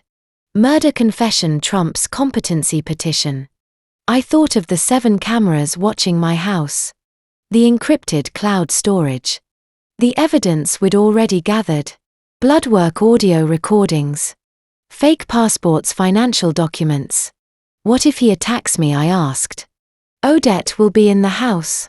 I'll be monitoring the camera feeds in real time. From my car parked 2 blocks away. If he makes a move, I call the police immediately. But Leora Grant's voice softened. You're the bait. You understand that, right? We're using you to draw him out. I understand. You confront him tonight about Thomas Ridley. Tell him you know who he really is. Show him the passport. If you have to make him react, make him talk. And whatever happens, stay near the cameras. Living room has the best coverage. I stared at my reflection in the bathroom mirror. Pale thin from 6 months of arsenic poisoning. Terrified but alive. Still alive, and I had 72 hours to stay that way. Tonight, I said, I'll do it tonight. I'll be watching, Grant promised, every second. You're not alone in this. I hung up and gripped the bathroom counter. Phone pressed to my ear. Grant's voice still echoing in my head. With the plan that would either save my life or end it tonight. I would walk into the living room and call my husband by his real name, Thomas Ridley, and see if he confessed or killed me. 36 hours until the guardianship hearing. But I had maybe 12 hours before he realized. I knew too much to let live. Hours crawled past, sunlight faded to darkness. I lay on the bed, fully clothed, calculating. 36 hours until the hearing. Desmond needed me discredited or dead before then. At 10:30 the lock turned. Desmond entered carrying a ceramic mug. Steam rising from dark liquid. He'd changed into casual clothes. Linen shirt, tailored slacks. I made your coffee the way you like it. He set the mug on my nightstand. Thought. We could talk about what happens after the hearing. The smell hit me immediately. Bitter under the cream. Chemical tang cutting through French roast. You said I won't make it to the hearing, I said quietly.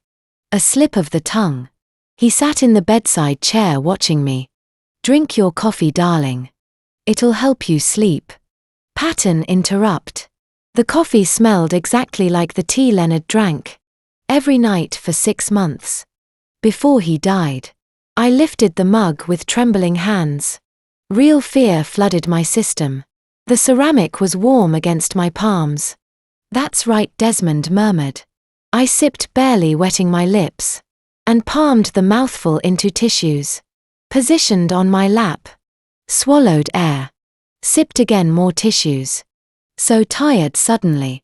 I whispered, setting the half-empty mug down. The coffee is making me. That's right, just sleep now. I lay back against pillows, controlling my breathing. Slow, deep, regular. Eyes closed but not squeezed shut. Every muscle deliberately relaxed. Desmond stayed in the chair. I felt his gaze tracking the rise and fall of my chest. Minutes stretched into eternities. My heart hammered so hard. I was certain he could see it through my shirt. 10 minutes, 15. Finally he stood. Footsteps crossed carpet. The door opened. By morning it'll be over, he said quietly. The lock clicked shut. I waited 3 minutes by counting heartbeats. Retrieved the backup phone. Poured the remaining coffee into the sample jar. Grant had hidden in the vanity. Sealed it, labeled it. 10:32 p.m. October 2025. The jackhammer's echo reached the mansion at 6:47 a.m.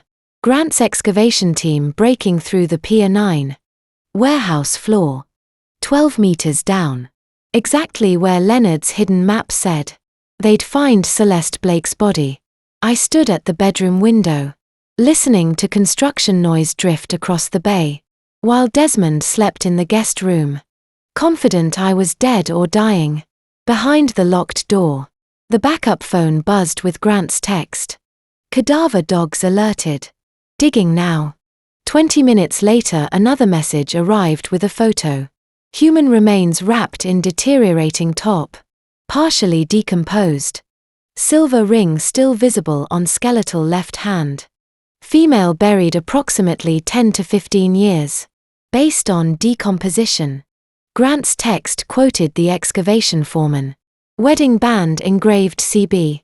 Odette Blake had flown in from Miami overnight. Her voice came through on the next message. Audio recording Grant had captured. That's my mother's ring. The one Celeste wore at her wedding. DNA confirmation in 4 hours, Grant texted. But we already know who this is. Leonard had known. The fingerprint locked box. The hidden map. Coordinates marked in his careful handwriting. He discovered where Desmond buried his first wife. And documented it, waiting for the right moment to act. Desmond had killed him before that moment arrived. Now 13 years later. Celeste Blake was being lifted from the concrete floor of a warehouse Desmond had purchased. 6 months after her disappearance. The property acquisition suddenly made terrible sense. Buying the crime scene to ensure it stayed buried. At 7:30 the bedroom lock turned. I sat at the vanity, fully dressed, makeup perfect. Desmond froze in the doorway. Shock naked. On his face for 3 full seconds. Before the mask slammed back into place. You're awake, he said carefully. I thought you'd sleep longer after that coffee. I poured it out. I met his eyes in the mirror. It smelled wrong. Bitter, like the tea father used to drink. His gaze swept the room, landing on the nightstand. The empty mug sat exactly where he'd left it. Tissue-absorbed coffee. Creating the illusion I'd consumed it all. Probably just old cream, he said smoothly. I'll make fresh breakfast. That would be nice. He studied me another moment, calculating, then left. The lock didn't click this time. He needed me. Mobile enough to stumble downstairs before collapsing. Making the death look less suspicious than a locked room poisoning pattern. Interrupt 13 years. Celeste Blake had been under that concrete floor. And Desmond had walked across it 1,000 times. On his way to steal my father's company. I waited until his footsteps faded. Then retrieved the backup phone. Grant's update was waiting. Celeste Blake confirmed. DNA preliminary matches. Dental records from Missing Persons Database 2012. Simone Torres is setting up. Live feed at Federal Prosecutor's Office now. Ready when you are. I texted back, how long do I have to get him talking? Prosecutor needs explicit admission of all 3 murders. Take your time. We're recording everything. Push ego narcissists. Can't resist explaining how clever they are. I positioned myself in the living room at noon. Choosing the chair. That put me squarely in frame for 3 hidden cameras. Desmond sat across from me with fresh coffee, his own. This time I noticed he wasn't taking chances. I've been wondering something. I said, keeping my tone curious rather than accusatory. Did Father and Hayes really trust you? Or were you just better at hiding what you are? His expression shifted. The careful concern evaporated. Replaced by something colder, trust. He laughed, sharp and ugly. Your father was a senile old man. Clinging to a dying company. Hayes was a reckless drunk. Who couldn't keep his mouth shut. So you what saved the company by killing them? I built that company. Desmond leaned forward. Anger bleeding through every word. Leonard inherited wealth. And squandered it on outdated manufacturing models. I modernized operations. Secured contracts he was too proud to pursue. And he repaid me. By threatening to dissolve the partnership. How did you do it? I asked quietly.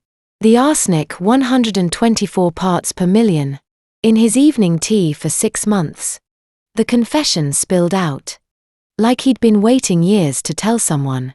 Just enough to mimic pancreatic cancer symptoms. The doctors never suspected. Why would they? Rich old man get sick and die? It's practically a cliché. And Hayes got suspicious about the will. Started asking questions, hiring investigators. So I paid Bryce Hartley $80,000 to rig the yacht. Made it look like an accident. Drunk executive takes his boat out alone. Equipment fails, tragic drowning. My hands stayed steady in my lap. Somewhere in Grant's office. Federal prosecutor. Simone Torres was watching this unfold in real time. Recording every word. "What about me?" I whispered. "Was last night's coffee supposed to be an accident too?" Desmond smiled. 187 parts per million arsenic trioxide. Enough to kill you 3 times over. You were supposed to die quietly in your sleep. Another tragedy for the grieving widower. 2 million in life insurance. Full control of your father's estate. Through the guardianship order. Pattern interrupt. Watching him confess was like watching a dam break. 11 minutes of poison pouring out. Unstoppable once it started flowing. And Celeste, the name made him pause. "Your first wife. How do you know about?" He stopped recalculating. Celeste was a mistake. Young, stupid. Threatening to go to the SEC about accounts I'd reorganized. I couldn't let her destroy everything I'd built. So I handled it. Miami 2012. Drove her body back to San Francisco and a rental truck. Buried her under the warehouse floor. Before the concrete pour. Bought the property 6 months later. To make sure nobody ever dug there. 11 minutes 47 seconds. That's how long his confession lasted. Cataloguing 3 murders. With the clinical precision of a man. Who'd never expected consequences. Every detail, every victim. Every dollar amount. Streaming live to federal prosecutors. He finished and leaned back. Completely unaware that 7 cameras had captured. Everything that Simone Torres had watched at all. That Grant was already en route with FBI agents. "Now that you know everything, darling, drink your coffee." He gestured to the cup he'd brought me. "This one you're going to finish." I pushed the coffee cup back across the table. Toward Desmond. And pointed at the smoke detector above his head. "That's camera 4 of 7, I said quietly. Federal prosecutor Simone Torres just watched. "You confessed to 3 murders in real time." His face went blank. Not shocked, blank. Like his brain needed 3 full seconds to process. Language that shouldn't be possible. "You're bluffing." 7 cameras. Master bedroom, study, basement, kitchen, garage, bathroom. And right here in the living room. Where you just spent 11 minutes. 47 seconds confessing to poisoning Leonard. Paying Bryce to kill Hayes. And burying Celeste under a warehouse floor. I held up the backup phone showing him Grant's text. Time stamped 2 minutes ago. Federal warrant signed. 8 agents en route. ETA 90 seconds. Desmond's expressions cycled through disbelief to rage. To something close to terror.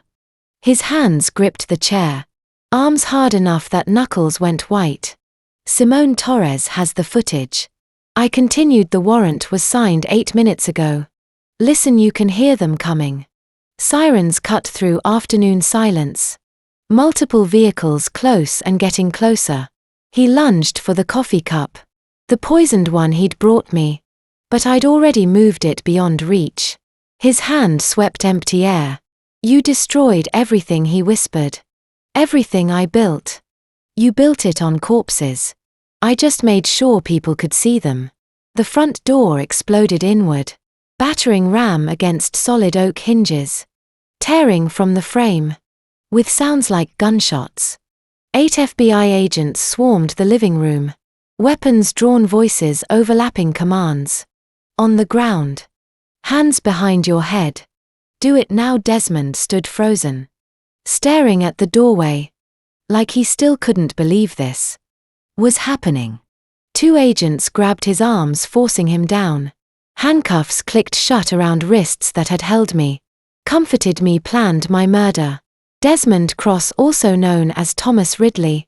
You are under arrest for the murders of Leonard Mercer, Hayes Mercer and Celeste Blake." The lead agent. A woman in her 40s. With steel grey eyes and FBI insignia on tactical vest. Read from a warrant. Additional charges include identity fraud. Attempted murder, insurance fraud. and conspiracy to commit murder.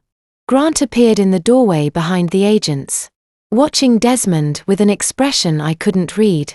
Not triumph, not even satisfaction. Just quiet certainty that justice was finally arriving. 13 years late. You have the right to remain silent, the agent continued. Anything you say can, and will be used against you in a court of law. Desmond twisted to look at me, still kneeling on my living room floor. You destroyed everything. You already said that, I replied. Pattern interrupt. 3 years I'd watched him walk through this house. Like he owned it. Owned me, and now 8 FBI agents were reading him Miranda rights. In my living room. They pulled him to his feet, steering him toward the shattered doorway. Outside, 4 black SUVs blocked the circular driveway. A second team was arriving with covered stretcher. Celeste Blake's remains from Pier 9. Evidence tag visible even from inside. The momentary distraction cost them. Desmond jerked sideways, breaking the grip of the agent on his left. His shoulder slammed into the agent on his right, sending her stumbling into the door frame. He ran not toward the front gate, where vehicles blocked the exit, toward the back of the property, through the hedge maze we'd never bothered maintaining, heading for the service entrance at the south wall. Suspect is mobile, south exit toward Service Road. Agents pursued. But Desmond had 30 seconds head start and knew the property layout. My phone buzzed. Grant calling. He's running for the airport. Grant said without preamble. Bryce is already there. Will Bryce stop him? Watch. 12 minutes later. Desmond reached Bay Area Executive Airport. Grant tracked his movement via phone, location and highway cameras, narrating for me in real time, while FBI vehicles raced to catch up. The stolen car. A contingency plan he'd arranged weeks ago. Backup identity and escape route. Screeched to a stop on the private runway. Desmond ran for the helicopter waiting with rotors already positioned for quick start. Just get to international waters. I heard him mutter through Grant's audio feed from Bryce's phone nearby. The Cayman account is still active. Airport security called after him. Sir, that aircraft is grounded by federal order. Desmond climbed into the cockpit anyway. He had a commercial pilot license from his Thomas Ridley. Days before he'd reinvented himself as Desmond Cross. The charter pilot had fled after Grant's warning call. But Desmond didn't need him. He started the ignition sequence. The helicopter engine roared to life. Not fast enough, he said to no one. The main rotor began spinning. Slowly at first, then faster, building momentum. Desmond's hands moved across controls with practiced precision, throttle, collective cyclic. Everything responding correctly. Pattern interrupt. The helicopter rotor spun faster, louder. But the landing skids never left the tarmac. A warning flashed across the flight control. Flight control override active contact maintenance. Immediately Desmond slammed controls forward. Nothing pulled them back, nothing. The aircraft sat frozen on the runway, while the rotor screamed overhead. All that power generating zero lift. He looked down at the auxiliary panel and saw the remote access indicator lit red. Someone had locked the flight control system using emergency override codes. Codes Desmond had given to Bryce Hartley 2 years ago, when he trusted his accomplice with contingency protocols. FBI vehicles surrounded the runway. 12 black SUVs forming a perimeter, with nowhere left to go. A megaphone crackled to life. Exit the aircraft with your hands visible. This is your only warning. Through Grant's phone screen, I watched the live helicopter footage. Desmond surrounded by 12 FBI vehicles. Rotor spinning uselessly. Flight controls locked by the man he'd paid $80,000 to kill. My brother. He slammed his fists against the cockpit controls once. Twice, then his shoulders dropped. Even from the aerial view, I could see the exact moment. He understood there was nowhere left to run. 3 months after his arrest, Desmond Cross sat in federal court, wearing a navy suit and the same expression he'd worn at board meetings, mildly interested, professionally attentive, as if murder charges were just another quarterly review. The helicopter extraction had taken 40 minutes. FBI tactical team tear gas, negotiations through the cockpit window, while Bryce Hartley watched from the terminal, and confirmed the flight controls would stay locked until Desmond surrendered. He'd eventually climbed out with hands raised, still believing he could talk his way through this. Now November. Sunlight slanted through tall windows of courtroom 7. In the federal building. Every seat packed. Media filled the back rows. Sketch artists capturing angles for evening news. Odette Blake sat in the front gallery beside Grant, hands folded in her lap, waiting to hear how her mother died. Judge Eleanor Vale entered from chambers. A black woman in her 60s. With silver hair, and eyes that had seen 3 decades of federal cases. Everyone rose. The defendant is charged with 3 counts of first-degree murder and furtherance of fraud. Judge Vale said once we'd all sat again. How does the defendant plead? Desmond's attorney, a silk-suited defense lawyer from Chicago, stood. Not guilty on all counts, Your Honor. Simone Torres rose for the prosecution. She'd spent 3 months building this case, coordinating with FBI forensics, interviewing witnesses, reviewing every second of footage from those 7 hidden cameras. Over 13 years, Simone began voice carrying to every corner of the courtroom. The defendant murdered 3 people and stole $11 million. Using identities he constructed like costumes. Leonard Mercer poisoned slowly with arsenic over 6 months. Hayes Mercer killed via sabotaged yacht. When he discovered the truth. Celeste Blake, the defendant's first wife, buried under a warehouse floor. In 2012, when she threatened to expose his fraud, she paused, letting that sink in. We will prove each murder was calculated, premeditated and executed with chilling precision. We will show you the defendant's own confession, recorded on hidden cameras in his home. We will present physical evidence, including lethal arsenic samples, and the remains of Celeste Blake, recovered from coordinates. The defendant himself, referenced in surveillance footage. Desmond sat perfectly still through all of it. Occasionally, he took notes on the legal pad in front of him, pen moving in neat script, like he was reviewing contract terms. When Simone described Leonard's 6-month poisoning in detail, the tea ritual, the careful dosing, the manufactured symptoms, Desmond circled a phrase on his pad and showed it to his attorney. No visible emotion, no flinch. When prosecutors described Hayes's yacht exploding, no reaction when Simone held up the photo of Celeste's skeletal remains, with the wedding ring still on her finger. I sat in the gallery beside Grant, watching the man I'd married for 3 years demonstrate absolutely nothing resembling human feeling. He doesn't even pretend, I whispered to Grant. Narcissists don't think they need to. Grant murmured back. He's convinced the jury will see his logic, that they'll understand why he had to kill them. On day 3 of the trial, Simone called me to the witness stand. The courtroom felt different from up there. More exposed, I could see every face in the jury box. 8 women, 4 men, ages ranging from 20s to 70s. All watching me, with expressions somewhere between sympathy and curiosity. Ms. Mercer, Simone said gently, I'm going to ask you to read portions of your father's diary aloud. Can you do that? I nodded, my hands shook. Taking the leather-bound journal. From the evidence clerk. August 12, 2024.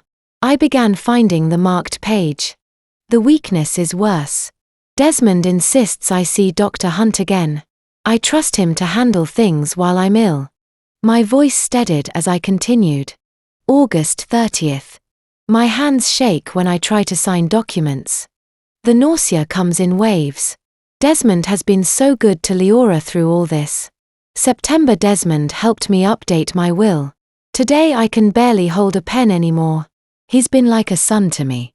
Pattern. Interrupt. My father's handwriting deteriorated. Across those diary pages. Steady in August. Shaky in September, barely legible by November. A 6-month murder. Documented in his own trembling script. September 28th. The doctors can't explain why I'm getting worse. Desmond. Research specialists in Boston. I don't know what I'd do without him. October. Sometimes I think about the tea, the bitter taste under the honey. But that's paranoid. Desmond wouldn't. He loves Leora. He wouldn't hurt our family. My voice cracked. I swallowed. Continued. October. I know what's happening. The fingerprint box is hidden. If you're reading this, Leora, I'm sorry I didn't stop him sooner. The arsenic affects my coordination, my thinking. By the time I understood, I couldn't. The entry stopped mid-sentence. My father's hand too weak to finish. November. I read through tears I didn't bother hiding. I can barely hold the pen. He's killing me. And I can't even tell my daughter without him knowing. 3 jury members were crying openly. The gallery sat in absolute silence. Except for my voice reading. My father's slow realization. That his trusted son-in-law was murdering him. While his neurological function deteriorated. Too much to stop it. I looked at Desmond. He was reviewing his notes. Circling another phrase, completely unmoved. Did your father describe his symptoms in detail? Simone asked. Every day for 6 months. I met her eyes. 124 parts per million arsenic in his system. When he finally died. Simone moved to her next exhibit. A small recording device sealed in an evidence bag. This is a voice memo recovered from Hayes Mercer's phone. She told the court. Recorded 3 days before his death. I'm going to play it now. The courtroom audio system crackled to life. Hayes's voice filled the space. And my heart broke all over again. I found a passport in Desmond's safe. Thomas Ridley, born 1982. Same face, different name. He's not who he says he is. Pattern. Interrupt. Hayes's voice cut off mid-sentence. 48 hours before. Bryce Hartley rigged his yacht to explode. I'm going to the police tomorrow. If something happens to me. This recording proves Desmond isn't Desmond Cross. A pause. I heard my brother breathing, gathering courage. Leora, if you're hearing this, get away from him. He's dangerous. I love. The recording ended abruptly, static, then silence. The courtroom sat in stunned silence. After Hayes's recording ended. His last words to me. Hanging in the air like an accusation. I looked at Desmond. Waiting for some flicker of recognition. That he'd killed my brother. To silence this exact warning. Instead he sighed quietly, professionally. And made another note on his legal pad. As if Hayes's desperate final message was just one more tedious piece of evidence to refute day 5 of trial. Desmond's defense attorney stood before Judge Vale and asked the question that made my blood freeze. Even if convicted, Your Honor, doesn't California law grant my client inheritance rights to the $50 million Mercer estate as Leonard Mercer's legal son-in-law? The courtroom erupted. Reporters leaned forward. Odette Blake's hand found Grant's arm in the gallery. I felt my chest constrict. The attorney continued smoothly. California community property law is clear. Assets acquired during marriage belong equally to both spouses. The Mercer Shipping Company and associated assets should partially transfer to Mr. Cross. regardless of any criminal verdict. Simone Torres shot to her feet. The Slayer statute prevents murderers from profiting from their crimes. Your Honor, but the Mercer shipping assets predate the alleged crimes. The defense countered. My client has legal claim regardless of verdict. We're talking about marital property rights established through lawful marriage. Judge Vale raised one hand for silence. The courtroom stilled. The court is aware of California's Slayer statute, she said. However, counsel raises a legitimate question about community property claims predating criminal acts. She paused. Fortunately, this matter was anticipated. She lifted a sealed manila envelope from her desk. This envelope was filed with the court 6 months before Leonard Mercer's death. It's marked Leonard Mercer Confidential. Will open only if Desmond Cross survives me. My heart stopped. 6 months before father died. When his handwriting was already shaking. When he knew. Judge Vale broke the seal and extracted several pages.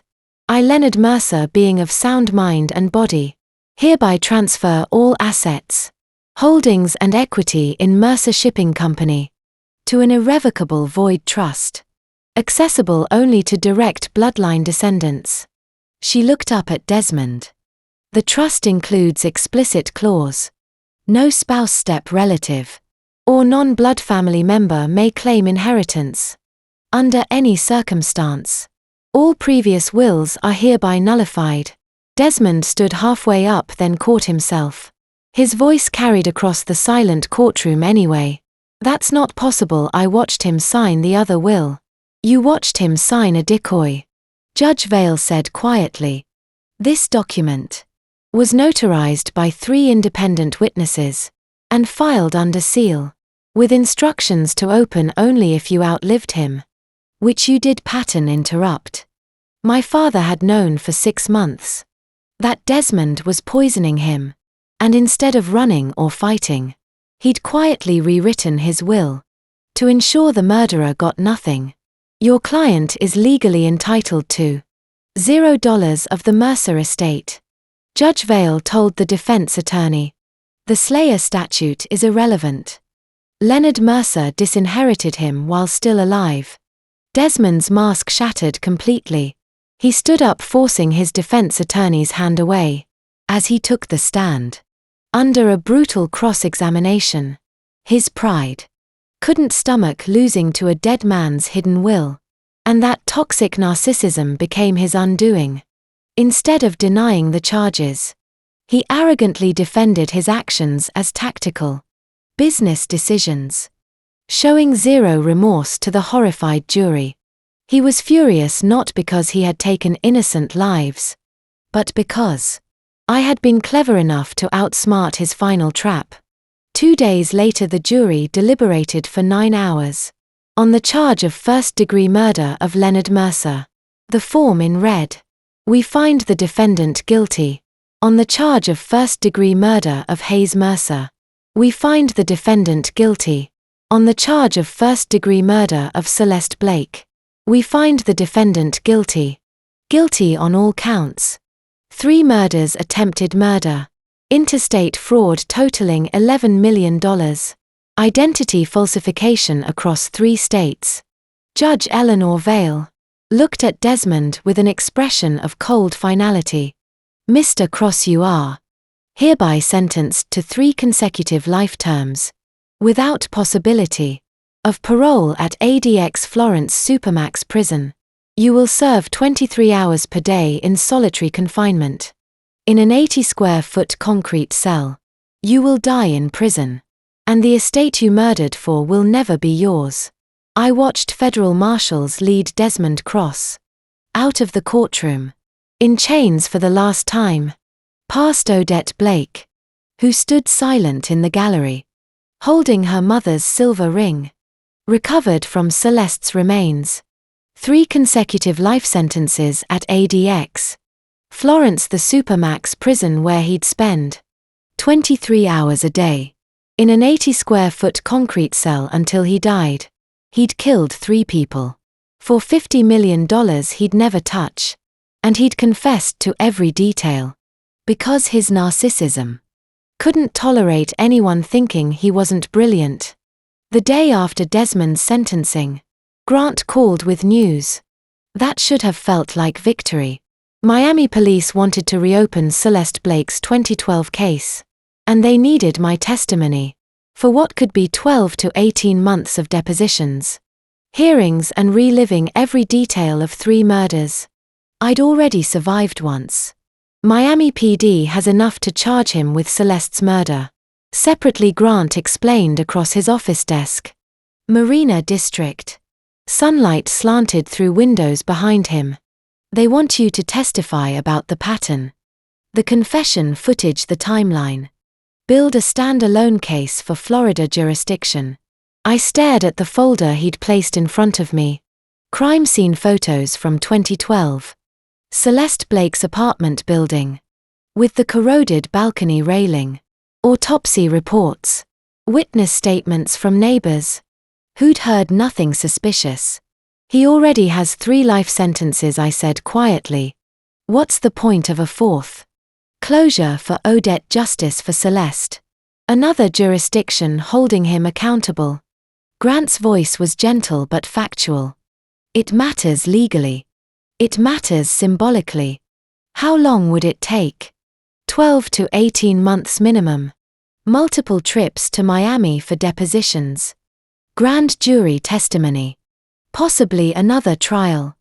If his defense fights extradition. I closed the folder without opening it. 3 years trapped in Desmond's web. I said 3 months building the federal case. Weeks in trial. Listening to my father's diary. And my brother's last words. I gave them everything I had, Grant. Every piece of evidence, every testimony. Every moment of reliving the worst parts of my life. He nodded, already understanding where this was going. Desmond Cross will die in a DX Florence, I continued. He'll spend 23 hours a day in an 80-square-foot concrete cell until his heart stops. That's enough. It has to be enough because I need to take my life back. You don't owe anyone more justice than you've already delivered. Grant said I need to rebuild Mercer shipping process. What happened? Honor father. And Hayes by actually living instead of just surviving. I met his eyes. Desmond murdered 3 people. And stole 6 years of my 20s. I'm not giving him 12 more months. Grant took the folder back. I'll tell Miami you're declining. They'll understand. Well, they should. His expression softened. You destroyed a serial killer. Who'd been operating for 13 years. You got him 3 consecutive life sentences. And prevented future victims. That's more than most people accomplish. In a lifetime of law enforcement. Pattern interrupt. 6 years. I'd given Desmond 6 years of my 20s trapped in his web. And now they wanted 12 to 18 months more. For a 4th life sentence. He'd never serve. There's one thing I need to do, I said. Before I can move forward. 1 month later I flew to Colorado. The drive from Denver to ADX. Florence. Took 3 hours through frozen December landscape. Snow-covered plains stretched endlessly in every direction. Broken only by the occasional cluster of buildings. Huddled against wind. The prison itself appeared on the horizon. Like something from a nightmare. Concrete fortress. Isolated in the middle of nowhere. Surrounded by chain link and razor wire. Security processing took 90 minutes. Metal detectors pat down searches. Paperwork documenting the visit.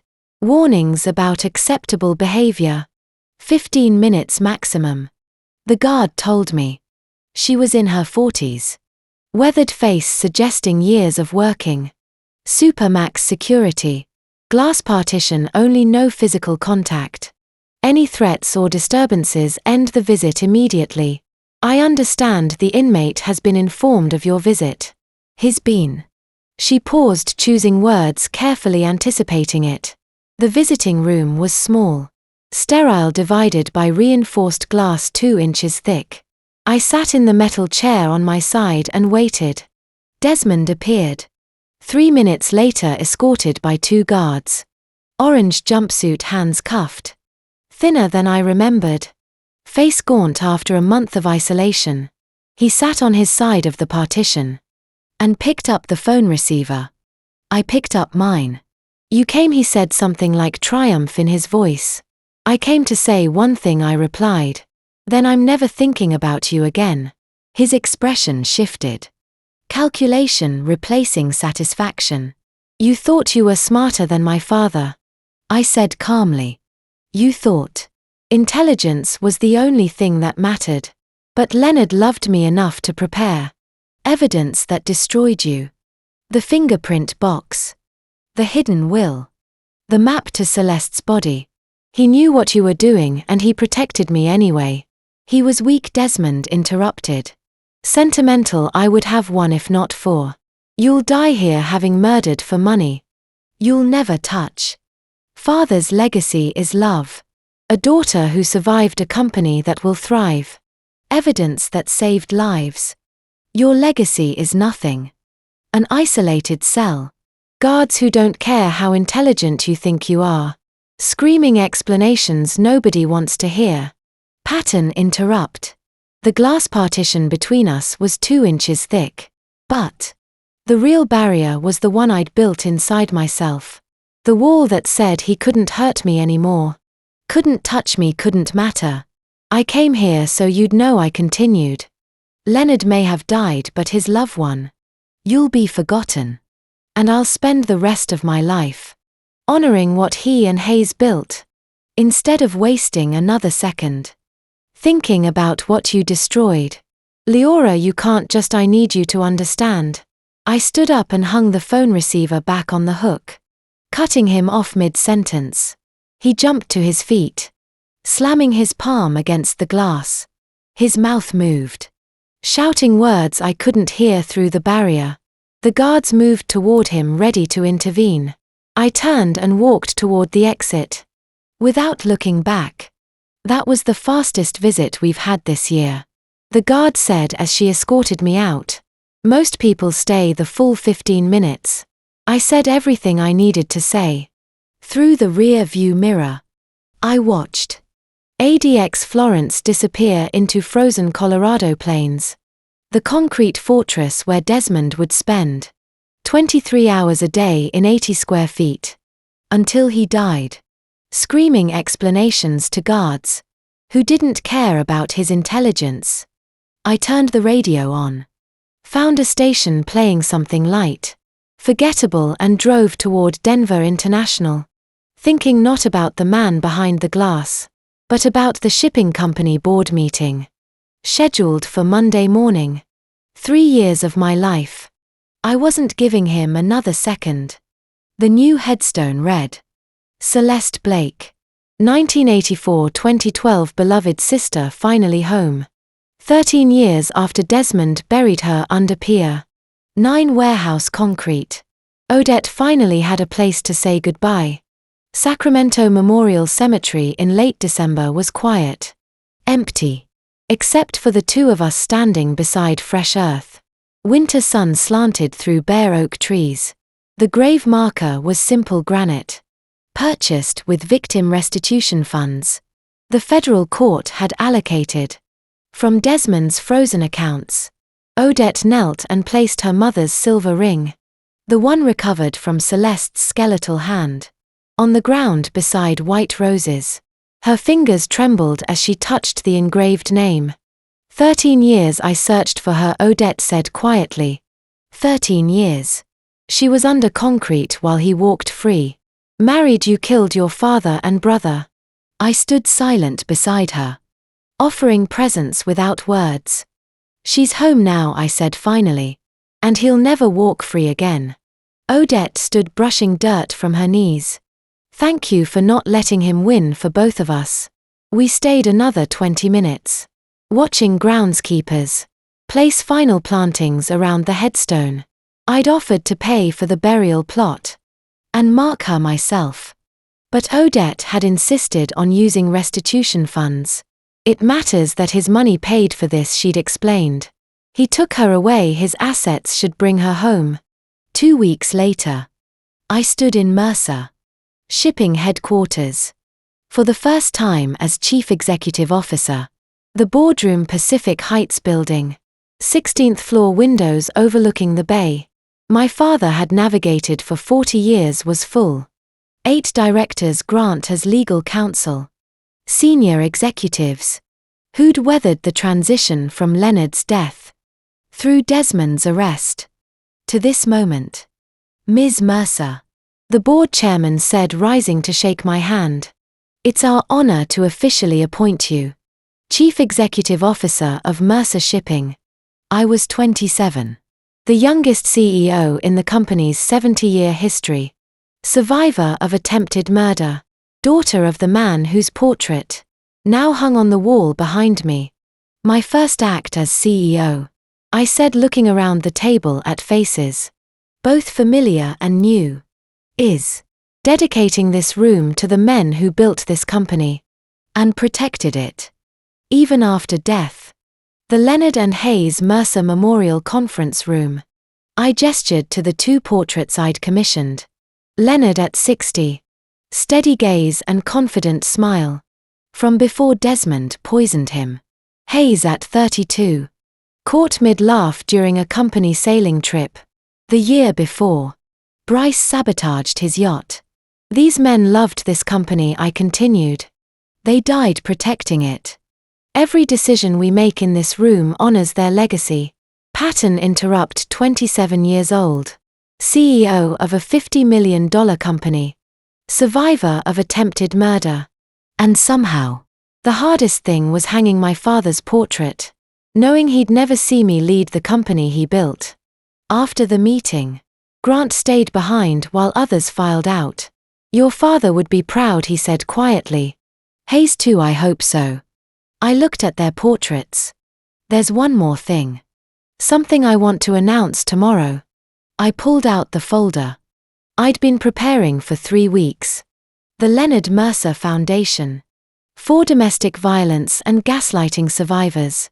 $3 million from Desmond's confiscated Cayman accounts. The money he stole through fraud and murder will now fund legal aid, therapy and emergency housing for victims escaping abusive situations. Grant studied the documents. $3 million. That's roughly 250 victims we can help each year. My father's legacy shouldn't be how he died, I said. It should be how his death saves others. You want me on the board? I need you on the board. Someone who understands what these victims face. What it takes to gather evidence, build cases. Survive the aftermath. He nodded slowly. I'm in that evening back at the mansion. I opened my laptop to find an email waiting. From Claire Donovan. Subject: possible additional. Ms. Mercer, I read about your case in the news. My sister died in 2008. Under circumstances similar to what I've learned about Desmond Cross's. Patton's sudden illness, quick deterioration. Convenient inheritance for her husband who disappeared 6 months after her death. The coroner ruled natural causes. But I've always suspected. Will there be investigations into his other victims? Does justice extend to families like mine? I've waited 8 years for answers. Please contact me if you're pursuing additional cases. Claire Donovan, Portland, Oregon. I stared at the email for a long time. Reading and rereading. Patton interrupt. How many Claire Donovans were out there, waiting for justice from crimes Desmond committed, before he ever found me? I could spend years chasing Desmond's past. Track every suspicious death in cities he'd lived. Interview potential victims from Portland, Miami, Chicago. All the places Thomas Ridley had operated. Before becoming Desmond. Cross. Build case after case until every crime was documented.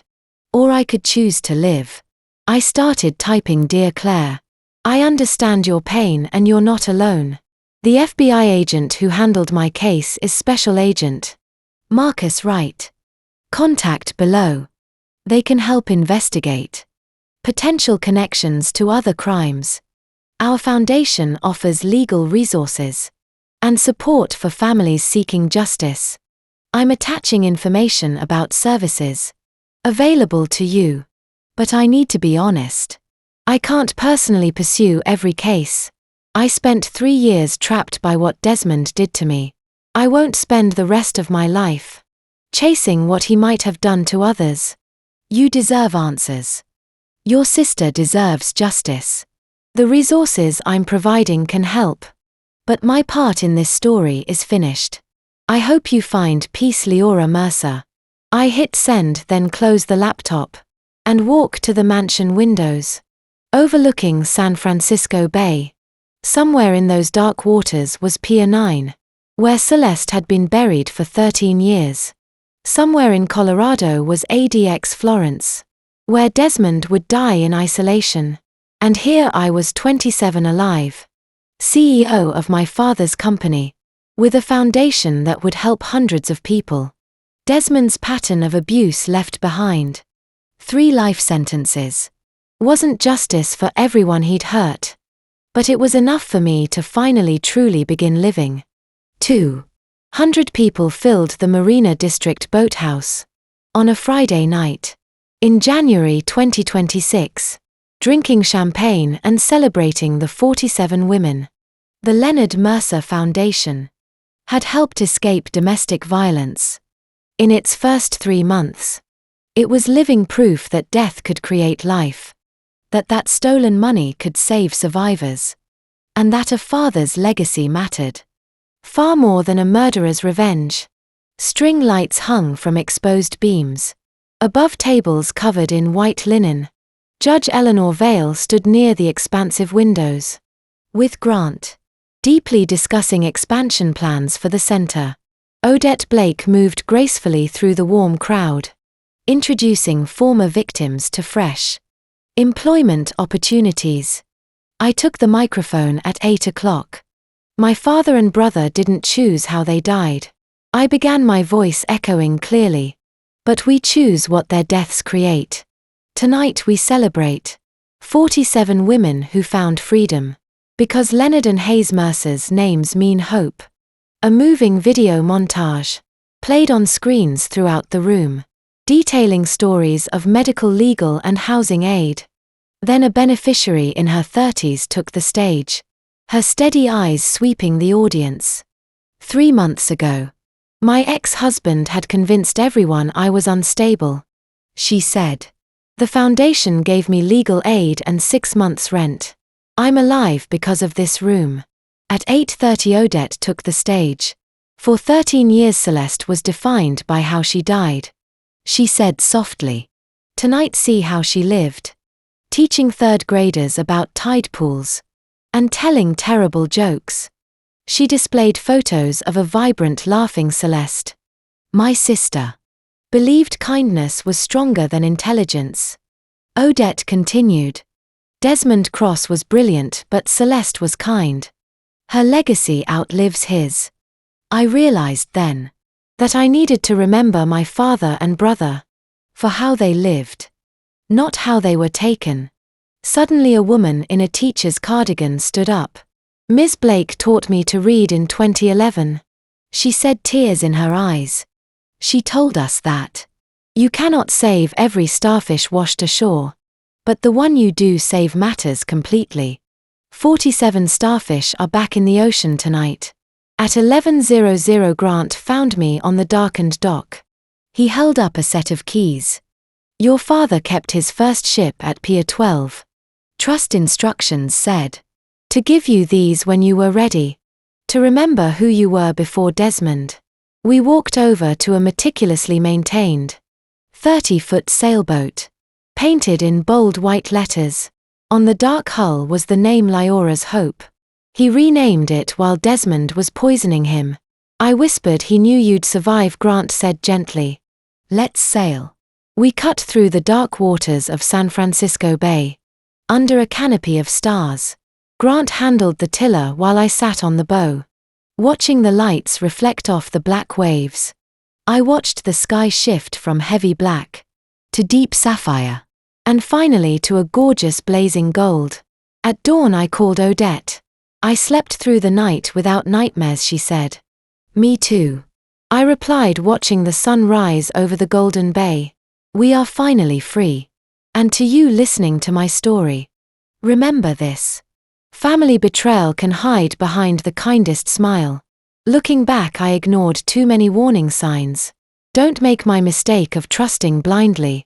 When someone isolates you from family, or controls every aspect of your life.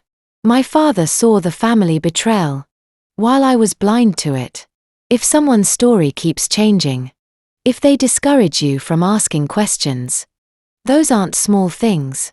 They're survival warnings you can't afford to miss. The lesson I learned is that family revenge isn't about hatred. It's about justice. When I discovered the truth, I could have stayed silent. But God put me through this for a reason, so others could escape their own nightmare. Family betrayal taught me that some people wear masks so convincing you'll doubt your own instincts. But family, true justice means choosing courage over comfort. It means turning tragedy into protection for strangers who deserve what I nearly lost: freedom, truth, and a second chance at life. If this story moved you, please drop a comment below. Have you ever faced family betrayal? Or witnessed someone's courage in seeking family revenge?